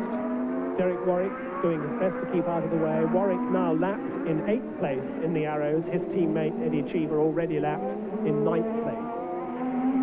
And here we see Gugelmin being passed by Nigel Mansell, as we expected. Mansell squeezing through on the inside. Gugelmin didn't want to leave him any more room than he had to, but Mansell had the inside line and was through and away. So that's put Nigel Mansell back into the top 6, with Gugelmin pushed down to 7th, Warwick 8th, Cheever 9th, still Berger in 4th place, still Riccardo Patrese plugging on with that broken exhaust system in 5th place. And there you see the gap as we look down between Senna and Boutsen. The gap has now gone up to almost 2 seconds on the 45th of the 76 laps. And Boutsen now has to worry about the approaching McLaren of Alain Prost, 1.1 seconds behind. And the total gap, there you see it on the caption, 3 seconds from leader Senna back to third man Prost in the 2 McLarens. Yes, and certainly when Prost gets close to Boutsen, he seems to struggle for grip and have to fall back. And it looks, for the moment, a little bit like a stalemate situation between these leading 3, with Senna very much in command. Prost is going to have to get closer than that during the lap, and that isn't an easy task because the Atmo car of Boutsen is much the more nimble. They're lighter, they've got less power, but it doesn't matter around the back of the circuit here through these twists and turns. They've got better throttle response, so they get the power when they want it, and that helps. And as I say, the weight, some 40 kilos lighter. Well, the next problem that Ayrton Senna now has to cope with is that there's a gaggle of 5 rather closely matched cars not far ahead of him. They're all having their own private battle. Philippe Alliot in the Lola, Gabriele Tarquini, who is in the Coloni, Yannick Dalmas in the other Lola, Stefano Modena, whom we've seen earlier. They're all battling away for 11th, 12th, 13th positions. They're about to be lapped for the 2nd time, and that's, in fact, you saw a glimpse of them going across the screen just then, before we see Senna. Prost at his closest yet. Now, Prost could be in range. You can see the throttle lag on the turbo. You saw his head shaking about then, nodding backwards and forwards, and I think that Prost might be, well, we'll see. It will be very marginal. He's hauling him in. And Prost made it. Prost is through. The power of the turbo just got him there. He wasn't really close enough, but momentum and determination took him past. So now, back to the traditional story, the battle of the McLarens for the season. Here we see a replay of what ended up being a fairly saw that something fly up off the back of Boutsen's car, but I think that was something that picked up off the circuit. Those big tires are so sticky, they pick anything up, they chuck it up in the air. But it now looks very much like it's the old McLaren 1-2 story, but the good twist to it this time, though, is that they're in range of each other, and it's a battle for the World Championship, for the Drivers' Championship, and it's one which Prost really needs to win if he's going to stay in with a seriously good chance of winning the championship this year. And, of course, these back markers that Senna has to lap may well play a part. There's Stefano Modena with Ayrton Senna on his tail, the Coloni, and the rest of them just ahead of him. And immediately, Alain Prost has dropped Thierry Boutsen. Boutsen down to 3rd place. Alain Prost in 2nd place. Ayrton Senna, the leader. And, of course, we have seen these McLarens battling. We saw it so wonderfully in the French Grand Prix at the beginning of July when Alain Prost did indeed wind in Ayrton Senna, and it was among back markers that Prost was able to out-fumble Senna. Yes, absolutely, and what a great manoeuvre it was, because he basically sold Senna a dummy, and Senna relaxed, thinking Prost wouldn't come at him at the particular point on the circuit, which was a mistake by Senna, a defensive error, if you like. I should think mindful of that. It's one that he won't make again. But the traffic, I think, is certainly helping Prost. Prost goes right up, and incidentally, Prost has found another lease of life in terms of speed, because the lap that he got by Boutsen on was a very quick one indeed. So the back markers ahead of the two McLarens. No back markers between the two McLarens at the moment, as Senna has to slow a little bit through those curves at the top of the hill. Now he's got past the Lola, and the Lola is between the two McLarens now, but Senna has Gabriele Tarquini to worry about, who's the next one ahead of him, and Alain Prost is indeed slowed briefly by that Lola before he goes by. The blue flag's waving once more. Ayrton Senna still stuck behind Gabriele Tarquini, and once more Alain Prost can see the back of Senna's car ahead of him, and if the McLaren in front, if Senna gets stuck much longer, he does. The Lola and the Coloni are holding Ayrton Senna up badly, and as they come up to the final corner, the two McLarens are very, very close indeed. The chance for Prost, if he can punch that boost button, Senna no doubt will be on maximum power. Prost's in his toe though, and this is definitely a chance for Prost to take the lead. He's going up the inside, Senna's forcing, and Alain Prost takes the lead, and Senna's got it back again. Senna forced him to go in too quickly. Tremendous stuff between the two McLaren drivers, and if anybody can say they don't race each other, that should shut them up forever, because that... Here we see it again. Now, Prost, Senna gives Prost very little space beside the pit wall, forcing him onto the white line, which you don't want to be on because you don't get so much grip.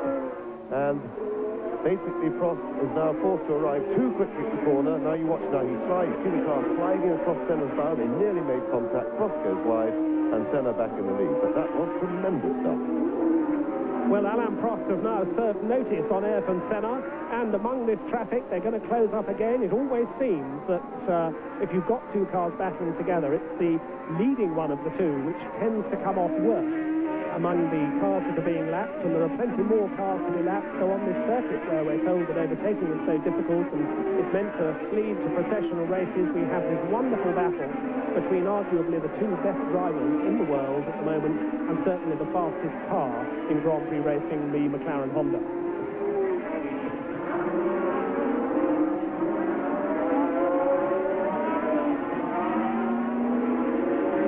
We've got this wonderful battle between the McLarens. Thierry Boutsen, of course, still in third place, although he's dropped back to almost 2 seconds down on Alain Prost.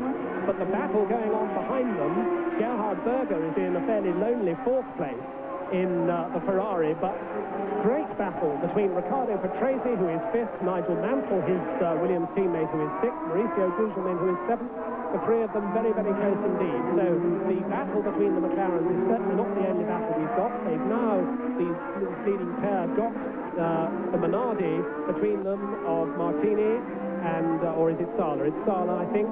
But the Minardi just briefly holds up Alain Prost, and so suddenly Senna gets a breathing space. Nothing that Sala can do about it. The Spaniard trying to get out of the way, but Senna has gone by, and suddenly Ayrton Senna has a breathing space before Alain Prost is able to chop through on the inside.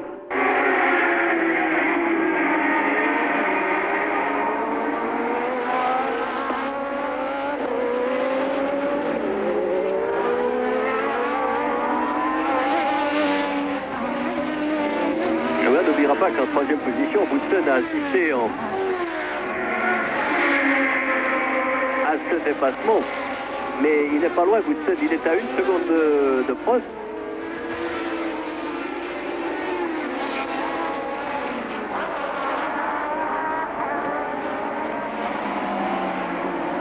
On sentait qu'il mijotait quelque chose, Prost, avec ses deux voitures à doubler.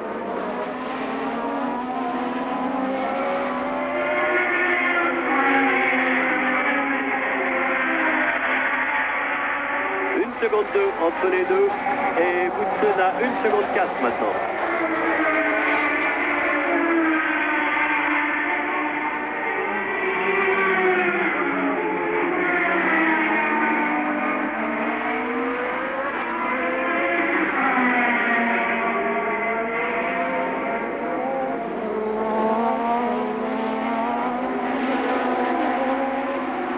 Et ça n'est pas fini.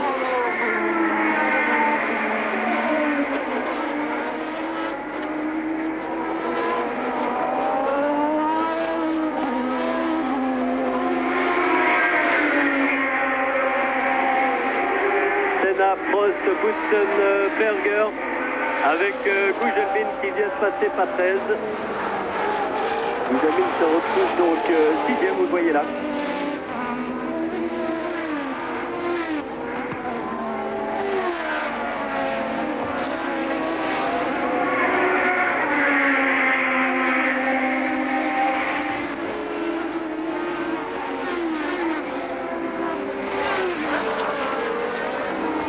Il doit être en train de ruminer son prochain coup. Le petit postichon, comme on le connaît, il va observer Senna. Mais il a affaire à une terrible pointure devant lui.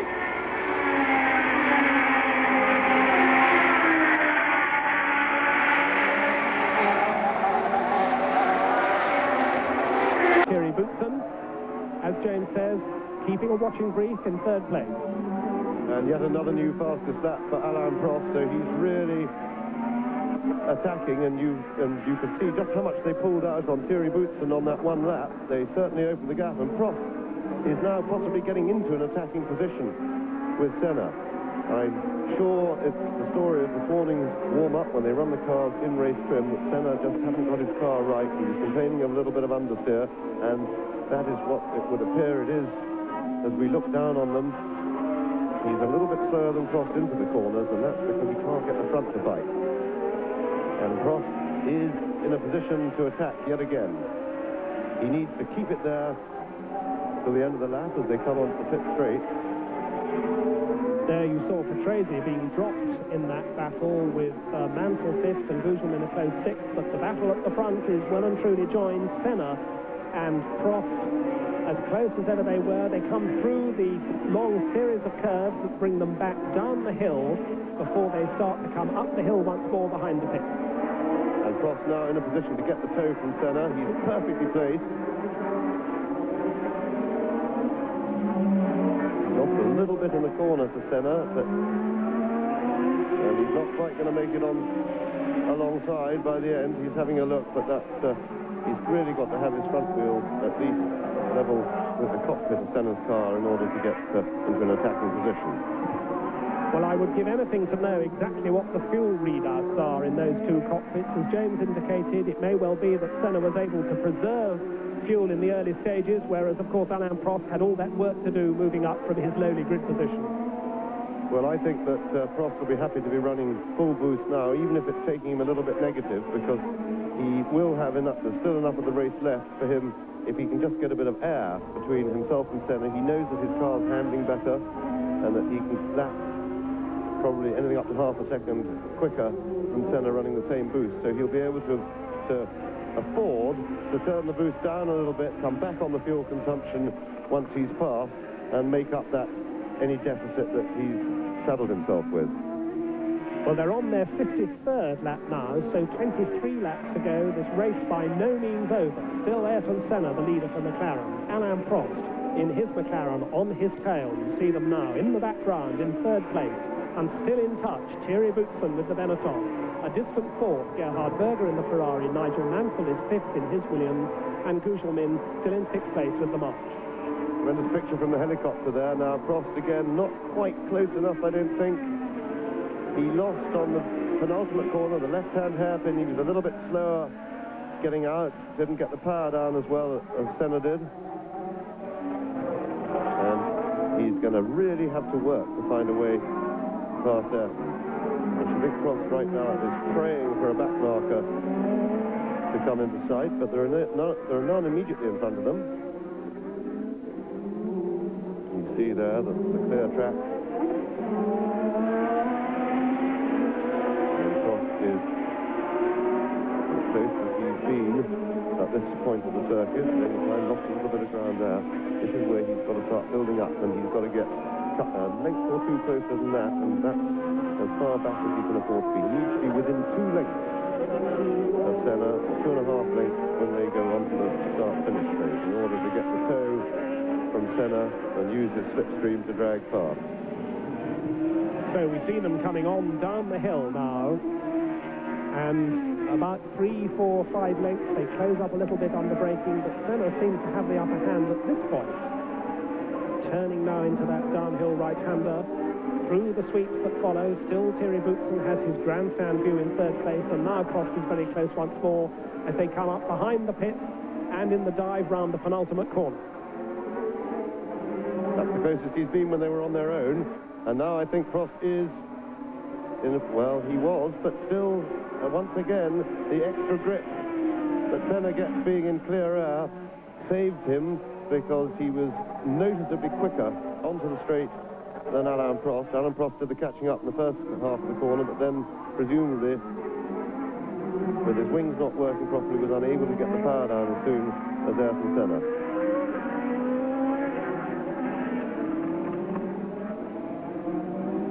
Well, they will have another back marker before very long. Satoru Nakajima in the Lotus, who is running in 10th place, is the next man to be lapped for the second time.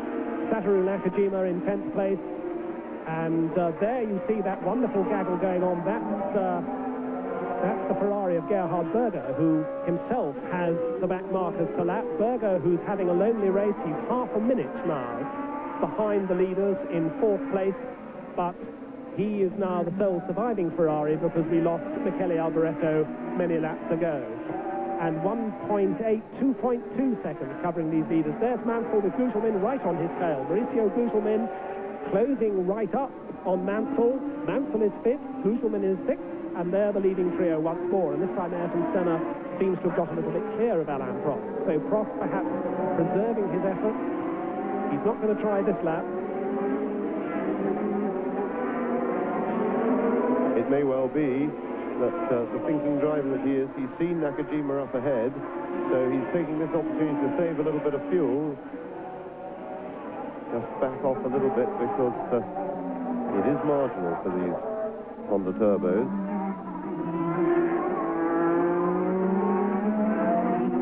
So Prost doing exactly the right thing. He's close enough to pick up any mistake that Senna might make. In a funny way, he doesn't really want to pass Senna before they reach Nakajima, because that just might hand Senna back, the lead back to Senna if he does all that work and gets past him. He's got time on his side. There's still just over 20 laps to go. Now we are on the caption, 21 laps to go to be exact.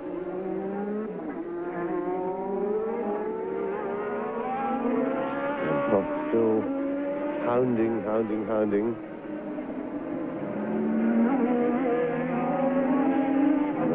Having really a tremendous race in 3rd place. In fact, tremendous races all the way down, because the battle for 5th place with Mansell and Gugelmin, Patrese, still sounding very, very strange indeed, but he's up there with them, a 3-car battle for 5th. And this is perfect for Prost, because unless Nakajima lets Senna go, which he does, I think Senna's through, but so is Prost, and Senna lost time, and Prost is in position A. Good attack, but once again Senna gets that power down first. And he just seems to be able to get the drop on Prost out of the corner every time.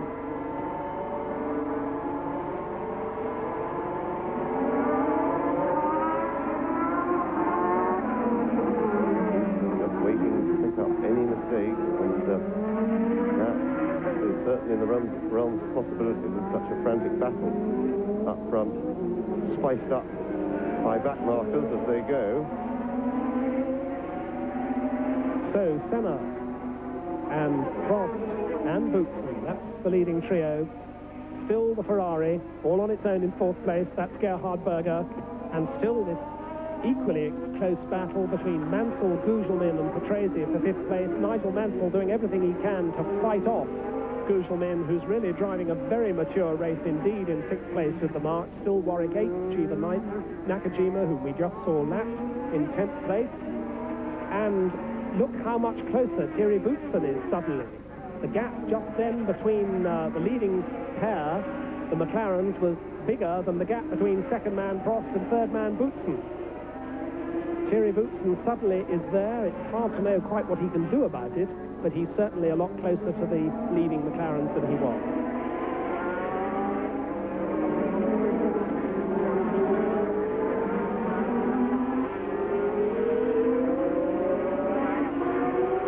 And we believe that the next bit of lappery that this pair are going to have to come across is that battle that we've been telling you about for 5th place. Mansell, Gugelmin and Patrese, and they're intent on championship points themselves. It's going to be about 5 laps before we get to it, but that could very well change the whole shape of the race. And we've got Eddie Cheever in the pits. There's Eddie Cheever, who was in 9th place, the American who lives in Italy. The other arrow still going 8th, that's Derek Warwick, and still this leading trio, almost tied together it seems, as they go up the hill through the sweeps. There's the long right-hander at the top of the hill, and once more, Alain Prost closer to Senna, Boutsen dropping a little bit back again, and look how Prost closes up under braking as they go through that tight second gear left, through the corners at the top of the hill, and once more, it's now that Prost has to start to gather himself for a sweeping half lap, which will get him right into the slipstream of Ayrton Senna's car as they come onto that crucial final corner onto the start-finish straight. Thierry Boutsen qui mériterait de vaincre bientôt. Cette saison, ce sera apparemment difficile, bien qu'aujourd'hui tout soit encore possible pour lui, avec une attaque de Gugelmin sur Mansell.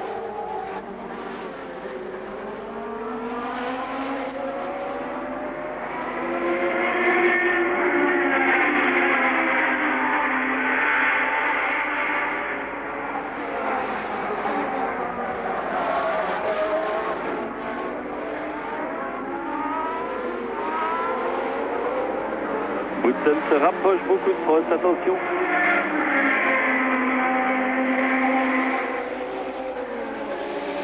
Ah ouais, subitement, on dirait que Prost faiblit quelque peu. En tout cas, Boutsen est sur ses talons, si l'on peut dire.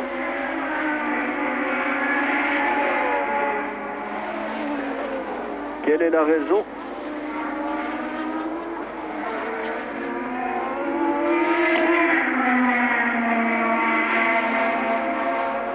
Et pendant ce temps-là, Senna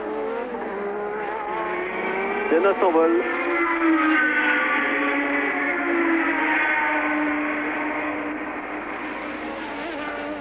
À moins qu'il décide de se faire un peu oublier pour mieux revenir, ce ne serait pas la première fois qu'il ferait le coup.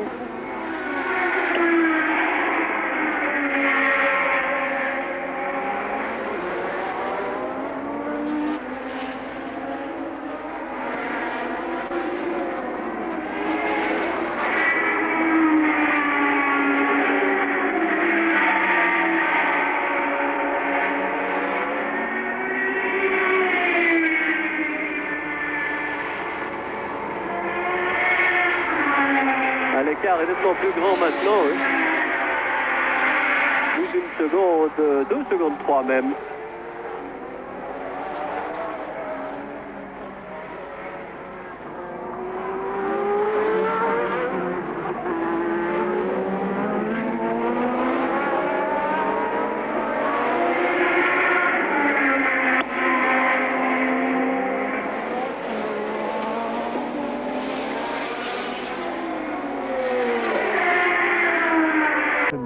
Driving on the seat of his pants at the moment and all over the back of Prost. Now don't forget, at the end of this race there's just 17 laps to go. We'll then go to Donington in England. We'll join Murray Walker and Barry Sheene for the British 500cc Grand Prix, and of course that features 2 Australians, Wayne Gardner on his Honda and also Kevin McGee on the Yamaha. Now we go back to our commentary team in Hungary.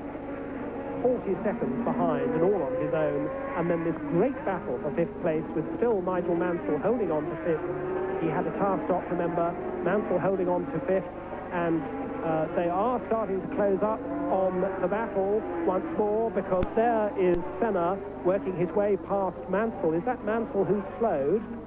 Williams certainly seems to have slowed. There's Prost. Or we wonder, is that Patrese with his... No, Patrese goes past with his distinctive exhaust note. And we think Mansell is in trouble. We think Mansell's coming into the pits. Nigel Mansell's race seems to be run. Mansell into the pits, and that's let Gugelmin go through. Mansell crawling into the pits now. We don't even think yes, he is just about going to make it to his pit. There he is. Nigel Mansell comes slowly into his pit. Suddenly it all went wrong for him. He's already had the tire stop, of course. He was holding Gugelmin off in 5th place.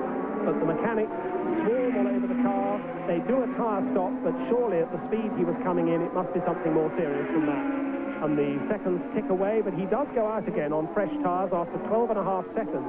But he seemed to come in extremely slowly, and I would guess that that must be something rather more serious than just a rubber problem. Senna still the leader by now 3.1 seconds from Alain Prost. Still half a second between Prost in second place and Boots in third.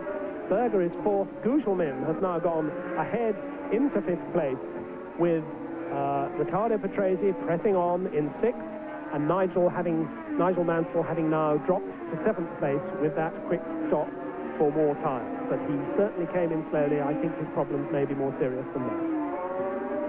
It does look distinctly to me as if Prost's on a fuel-saving exercise now, which in a way would confirm our suspicions that Prost was forced to use more fuel in the early part of the race in order to fight his way up to second place, and that would be consistent with what we're seeing now. The problem is, of course, that by qualifying seventh, Prost handed a huge initiative to Senna, who managed to fight his way around to grab pole position, or after a very hard battle with Nigel Mansell for it. But it really does seem that as if this race was won and lost in qualifying.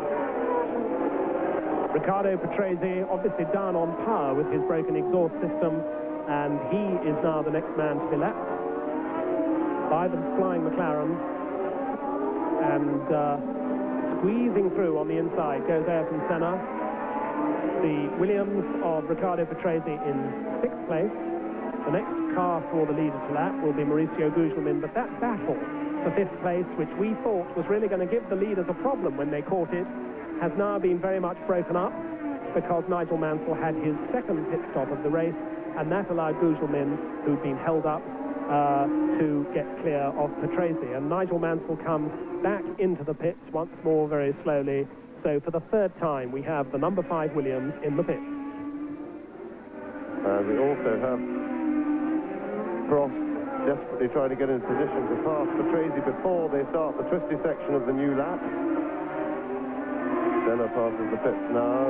Prost still behind Patrese, but he's got enough momentum, and that's good news for Prost. So Patrese cost him no time at all. He cost Senna a tiny bit of time, and Prost is now lapping a bit more quickly again, and he's now 3.3 seconds behind Ayrton Senna. So the fight is by no means over, although it does seem that Senna has the initiative at this moment.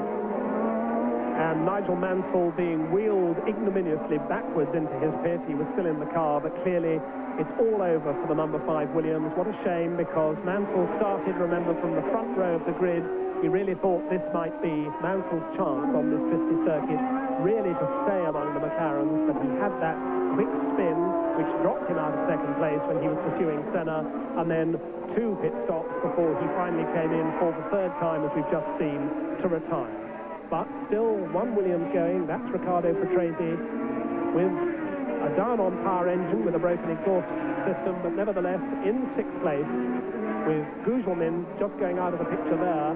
Mauricio Gugelmin in 5th place in the bluey-green Leighton House March. Gugelmin about to be lapped by Ayrton Senna, but Gugelmin in a fine 5th place. His teammate, of course, Ivan Capelli, having been an early retirement. So the gap between Senna and Prost, as James says, 3.3 seconds, but Prost now 2 seconds clear of Thierry Boutsen. So helped by a lucky lapping of Riccardo Patrese, as we see Senna lap Gugelmin. Gugelmin keeps neatly out of the way and lets Senna through, but certainly Prost has been able to put a useful 2-second cushion between himself and Boutsen. And now with 12 laps of the 76 still to run, there's the position at the end of 62 laps, although the leader's now on their 64th, and you see the gap 3.3 and 5.4 seconds. Well, that was actually the previous lap, so Prost lost a lot of time then. He's now 4.8 seconds as they cross the line, and behind Senna, and it does look to me as if Prost is now just trying to preserve second place, and has decided that he hasn't got the fuel to attack for the lead. So as we go on to the 64th of the 76 laps and going down the order, Senna the leader, Prost in second place, of course, those are the two McLarens. Thierry Boutsen still in third place as he's been for so long, driving absolutely excellently in the non-turbocharged Ford DFR-powered Benetton. Gerhard Berger in fourth place as he's been for so long in the Ferrari. Mauricio Gugelmin, having seen Nigel Mansell retire, now has that fifth place that he was working so hard to get with the March. Riccardo Patrese is sixth and now lapped in the Williams, and Derek Warwick is seventh. And Ayrton Senna being in no great hurry there, I think, to lap the Lotus. It was interesting to see how much the Lotus pulled away on the straight then under power, and that would clearly suggest, you see, he actually pulls away here. Senna gets the toe, pulls up beside him, and then loses a lot of ground, and that would suggest that Senna is also having to look after his fuel pretty carefully and isn't running his engine at full power either. Yes, looking at the lap times, they've come down in both Senna's and Prost's cases to 1:31.9, whereas earlier in the race we had a 1:30.6 from Alain Prost. So certainly the pace of the race has dropped dramatically, but 4.8 seconds almost now, the gap between Senna and Prost. It's going up all the time. Equally, the gap between Prost and Boutsen is increasing. It's now 3.4 seconds. So suddenly the field starting to space out. But still, battles going on a little bit further down, because we've still got Nakajima, Dalmas, and well, Piquet was pretty much on his own, as we saw when he was being lapped, but Modena and Alliot battling away for 12th place through the tight corners. And there's Alain Prost now, the next man to lap Nelson Piquet. And as James indicated last time, clearly the Honda power in the Lotus being used rather more than the Honda power in the McLaren. But once they get to the twisty bits, Alain Prost goes by with no trouble at all. Meanwhile, behind them, Gugelmin about to be lapped by the Benetton of Thierry Boutsen in third place. Well, the two McLarens now have a pretty stable gap, some around 4.8 seconds. And what we really have to hope for a grandstand finish is that they're playing cat and mouse with their respective fuel loads, and that Prost can be a little bit cleverer so that he can at least get back up to Ayrton Senna and we can have a straight fight to the line. Yes, well, the gap now almost 5 seconds, and Boutsen, if anything, a little bit closer to Prost on that lap. The gap's fluctuating just a little bit as they lap the back markers, but Ayrton Senna now looking very confident indeed. Empty mirrors, empty road behind him as he comes through the sweeps at the top of the hill. There is Alain Prost running 4.8 seconds behind him. A glimpse of Nelson Piquet's lapped Lotus, the Lotus which had an argument with another runner earlier in the race and needed a pit stop to repair the damage. And this is the 66th lap completed now by Ayrton Senna as he goes down the long start-finish straight. 10 laps to go in the Hungarian Grand Prix. Alain Prost. There's Nelson Piquet, still not lapped yet by Boutsen. There is Gugelmin in the march as Boutsen goes through the long downhill right-hander. And Gugelmin still in that fifth place, about 4.4 seconds now ahead of sixth man Riccardo Patrese.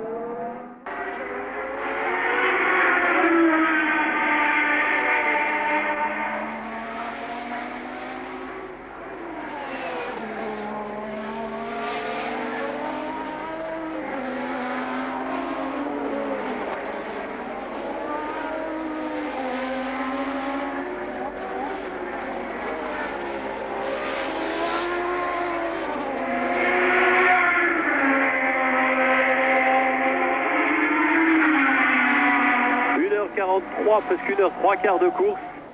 Encore un quart d'heure.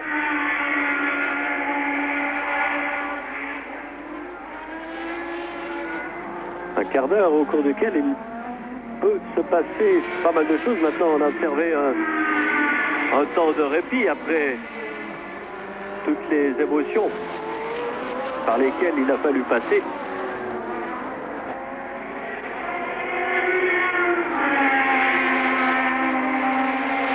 Et c'est Warwick qui s'arrête à son tour. Après son coéquipier Cheever, Warwick qui occupait la 7e place. S'arrête, mais il s'arrête trop loin, Warwick. Il s'arrête trop loin, il risque d'être disqualifié. S'il repart, il peut être disqualifié.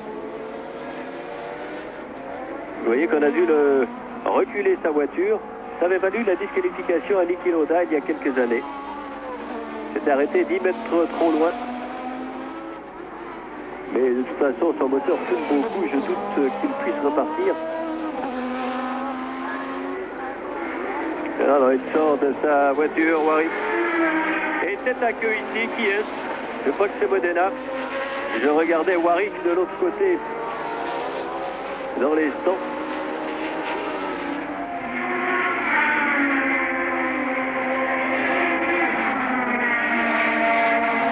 Et même si il n'y a plus de pression derrière lui, regardez que Prost est très très loin de Senna. Ces derniers tours seront les plus éprouvants physiquement. Car je vous rappelle qu'il fait une température vraiment très élevée. On ne doit pas être très loin des 30 degrés ici.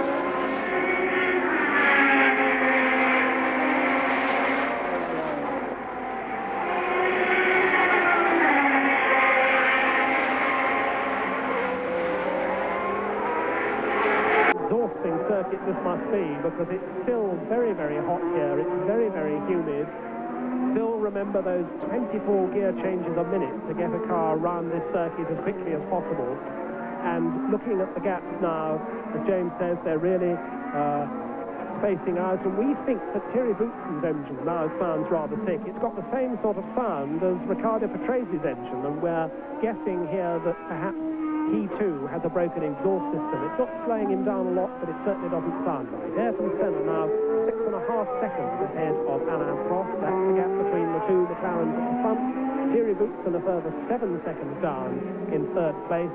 Still Gerhard Berger's Ferrari is 4th. We've seen very little of it during the race, but Berger's been doing a sterling job, although he's now over a minute behind the leader. Mauricio Gugelmin a lap down in 5th place. Riccardo Patrese also lapped in 6th.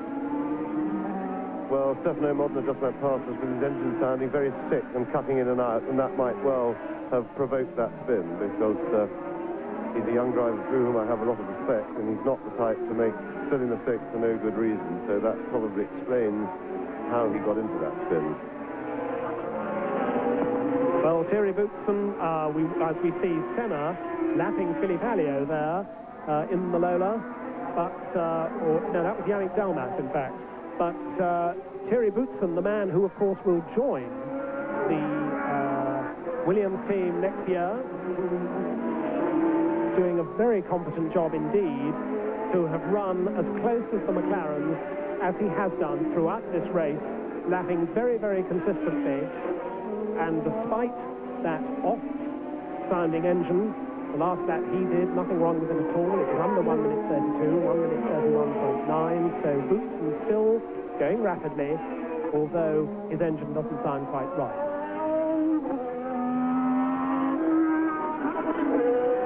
And Frank Williams, in fact, was telling us during qualifying how absolutely delighted he is to have signed Thierry Boutsen. He says, if you have to liken this man's style to anybody, I would liken it to Alain Prost. It's undramatic, it's smooth. His lap times are always consistent. He's a quiet man, almost a forgotten man of Formula One racing, but he's a very, very rapid man indeed. Interesting how Belgium has so often produced some very fast Formula One drivers, not least, of course, Jackie Ickx. But Boutsen in 3rd place, and now 13 seconds behind the leader, but still only 7 seconds behind Alain Prost. Gerhard Berger still 4th. Mauricio Gugelmin in the march, still 5th. Riccardo Patrese still 6th. They're on their 70th now of the 76 laps. And as I speak, Ayrton Senna completes that 70th lap. And with the two Lolas ahead of him to lap of Alliot and Delmas, Alain Prost comes steaming through the downhill left-hander. He passes the first of the Lolas that are ahead of him. And that's the position after 69 laps, but the leaders are now, in fact, on their 71st of the 76. And it's now that, no doubt, both Senna and Prost must be watching that fuel readout like a hawk. Absolutely, certainly very, very critical, because they had to judge it right down to the last litre in order to get the best for their engines. But of course, if they misjudge it and go over that 1 litre that they allow themselves at the end, then of course they're in danger of running out, and these engines only need to cough and splutter on a couple of corners, and somebody can pull up from quite a long way behind and get past. So, but Senna has enough space now on Prost, I think, to be able to come back as they get close to the end. That's the elapsed time of the race so far being captioned. 1 hour 50 minutes has gone so far, because the race will be stopped after, once 2 hours has passed, the checkered flag will come out, and when the leader crosses the line, it will be stopped, irrespective of whether it's done the required number of laps or not. And remember, the rule is just under 200 miles or 2 hours, whichever is the longer. And we understand that the reason why Nigel Mansell retired was that he was exhausted. Remember that he's still suffering the after effects from chicken pox. He'd had a very hard race. He had that spin, he had a tyre stop, and he was battling away in with Mauricio Gugelmin. He was holding 5th place, but his official retirement reason was that he was simply too exhausted to go on. Yes, and that would certainly be attributable to his unnecessarily large number of laps in practice, which certainly showed a lack of sensible approach to it. Whilst one understands the temptation of having a good race in the car going well, it was certainly silly, and he was complaining on Friday after it, and it was pointed out to him that he didn't have to do that many laps, and he still did a lot of laps on Saturday, so that certainly would contribute. Well, we've been watching the gap between Senna and Prost, and it's certainly not getting any larger. Both of them lapping still around the 1 minute 31 and a half, 1 minute 32. But briefly, Prost did close up on Senna, got the gap down to 5.1 seconds. But as Senna completes his 72nd of the 76 laps, the gap now 5.4. And Prost has found something extra, because he's just got very close to his already fastest lap of the race. 1:30.6, that was half a second quicker than Senna's going. So Prost is putting on a late challenge. There's no doubt about it that Prost is putting on a charge. Well, he's going to have to move on, because they're now on their 73rd of the 76 laps. You've just seen Senna lapping those back markers once more, so there's traffic ahead of Prost. Senna is clear of that traffic. Senna has a comparatively clear road in front of him. The gap now is 5.4 seconds as they completed the 72nd lap. They're on their 73rd. It's a 76-lap race. It's been a long, hard, exhausting haul, and of course there's always the fuel to worry about. But Prost having a little final chance. Yes, and I think Prost's only real hope rests with him persuading Senna to go over the top and run out of fuel, but Senna is far too experienced and sensible, I think, to make that sort of mistake, particularly when he's got that much of a cushion, because he could come back quite a long way on the power, and Prost would still only just get up to his exhaust in 3 laps.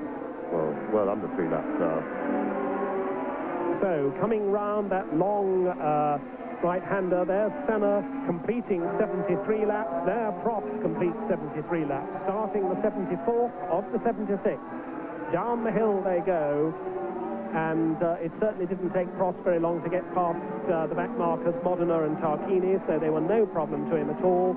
In the background you see the Benetton, that's Thierry Boutsen, still in that 3rd place. He's now 16 seconds down on the McLarens, and a little movement at the front of Senna's car there, a little Bit of a slide at the front. I wonder what condition his tyres are in, because of course they've done the race without a tyre change. Goodyear brought the second softest of all of their compounds to this circuit to try and get grip on what is traditionally a very slippery circuit, and it may well be that Senna's tyres are now getting fairly tired. And Senna has a Minardi to pass now, so some more back markers to worry about. Yes, Prost a little bit closer, but remember he also will have to pass those back markers.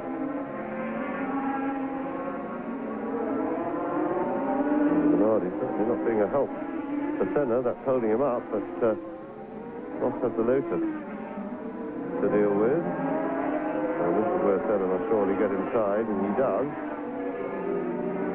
So he at least, although he's lost time, he's got a two-car buffer. Well, now one car, so Prost has got past the Lotus. But of course, Prost now has Sala in the Minardi to pass, and it seems we've seen quite a bit of Luis Sala doing his best to keep out of the way, but occasionally playing a role in the race by holding people up. Senna now clear, Prost squeezing past Sala as they go down the hill. And Prost had to be brave then, and he's only 2 seconds behind Senna, or was, as they crossed the line to start the penultimate lap. So Prost is certainly within shouting distance of Senna, and in range now to pick up any hiccup from a lack of fuel or any mistake that Ayrton might make. So Prost will certainly be trying to keep the pressure on Ayrton Senna as hard as he can over this last lap and a half. Yes, this is clearly Prost's final effort. Senna obviously knows all about it. Senna, as James says, a very, very canny driver indeed. He's not going to be pressured into anything, but the pressure is certainly coming from Alain Prost.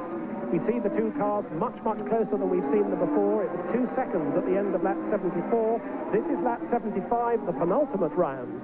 The penultimate lap in the Hungarian Grand Prix, and Prost now knows, the canny Prost, the professor of motor racing, knows that if he's going to do anything, he's got to do it now. But his best chance for overtaking only comes once more. That's at the end of this long straight, and he's only going to do it once more because this now is the final lap of the Hungarian Grand Prix. Down the hill they come, with Alain Prost still in second place. That's the point where he did so briefly take the lead at mid-distance before Senna immediately fumbled past him, but Alain Prost now can see his quarry ahead. The gap is very small indeed, 1 hour 56 minutes 38 seconds, so we're going to go the full distance because this is the 76th and last lap, and down they go through the twists and turns at the bottom of the valley, back up the hill, 2 McLaren Hondas.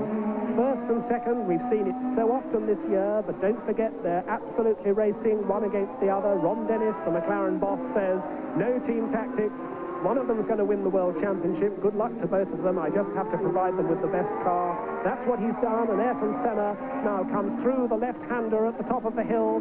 Prost is creeping a little bit closer, the right-hander that follows. Senna balancing his fuel and his turbo boost with the fact that twice world champion Alain Prost is creeping closer, but has Alain Prost left his challenge too late? The downhill right-hander that follows, they're behind the pits.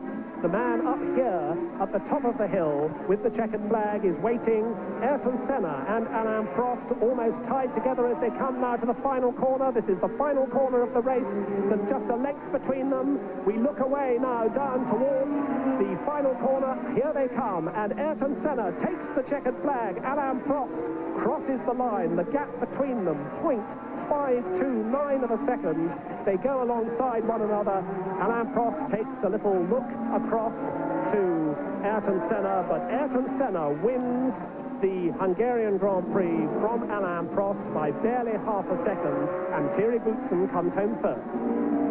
Yes, tremendous drive by Boutsen, and the battle between the McLarens was really resolved with Alain Prost's poor qualifying performance as opposed to Senna's brilliant one in wrestling that difficult turbocharged car around to snatch pole position. That was the difference between the two McLarens. So tremendous race, the best one we've had this year. And of course, once again, a McLaren 1-2. So the results now as we look down. Ayrton Senna, the winner by half a second from Alain Prost. Both of them, of course, driving McLarens. There you see the man who's going to finish fourth as he comes home unlapped. That is the Ferrari of Gerhard Berger. We haven't seen much of him today, but Gerhard Berger has had to work extremely hard in, no doubt, a very difficult car round the twists and turns of this circuit. So as Gerhard Berger comes home, Ayrton Senna, the winner for McLaren. Alain Prost in second place for McLaren. Thierry Boutsen third for Benetton. Fourth, there he goes to take the flag, is the Ferrari of Gerhard Berger. Mauricio Gugelmin is fifth for March. Riccardo Patrese is sixth for Williams. And the championship points now. A fascinating situation because Alain Prost and Ayrton Senna. Le commandement du championnat du monde avec 66 points. Devant Prost, 66 points également, mais 2 victoires de plus pour Senna, 6-4 au niveau des victoires. Et en troisième position, Berger qui passe de 25 à 28.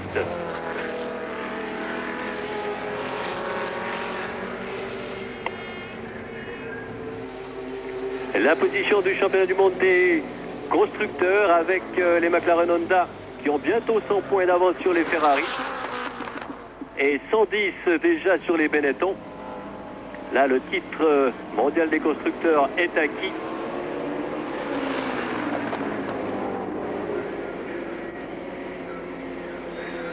Et n'empêche que pour la première fois de la saison, la course a duré 1h47.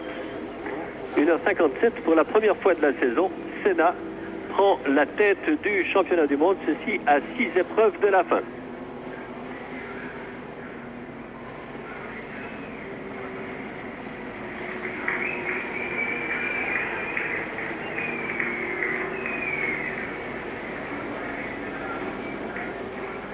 Et les voitures vont au parc fermé.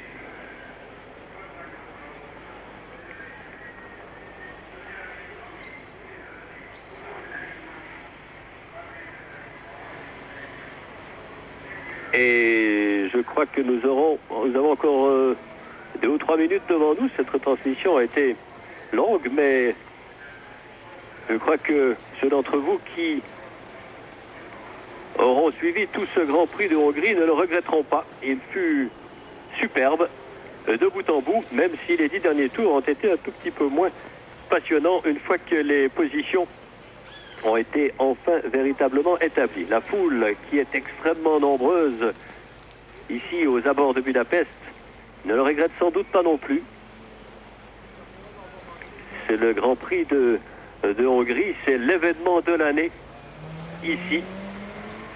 Beaucoup plus, par exemple, que le récital de Julio Iglesias qui se produisait hier soir à Budapest. Ici, Gerhard Berger qui rentre à son stand. Très éprouvé lui aussi, je pense.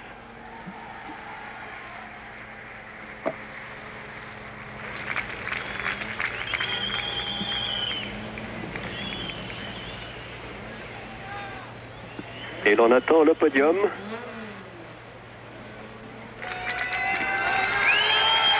Pour Thierry Boutsen, cette troisième place.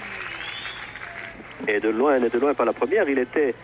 C'est exactement le même tiercé qu'on avait eu soit à Montréal, soit à Détroit. Senna, Prost, Boutsen. Mais à l'issue ici d'une course beaucoup plus intense.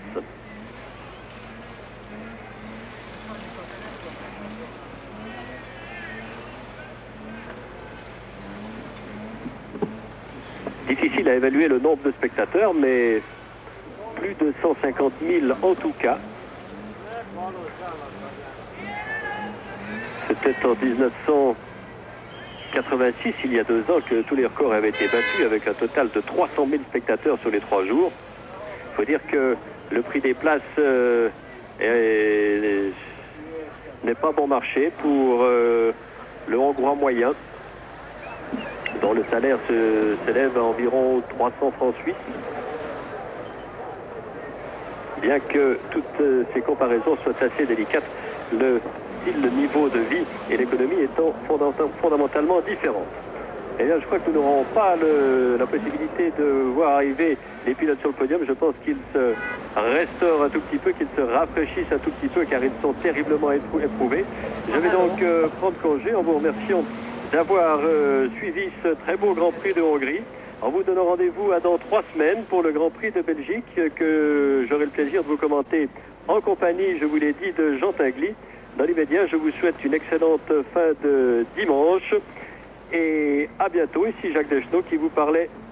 Ah non, on va quand même revoir ça. On va tout de même se faire un dernier plaisir. C'est le moment, les 10 mètres où Prost a été en tête de la course, en attaquant Senna par le mur, à l'intérieur, en freinant bien sûr à l'extrême limite. Et puis, ensuite, il était déporté. Regardez le contre-braque. Il était porté. Et Senna, lui, plonge à son tour à l'intérieur. C'était le moment le plus intense de la course, celui dont on se souviendra. Et c'est sur ces belles images que nous rendons l'antenne. Ici, Jacques Deschenaux qui vous parlait en direct de Budapest. À vous le studio, à vous Genève.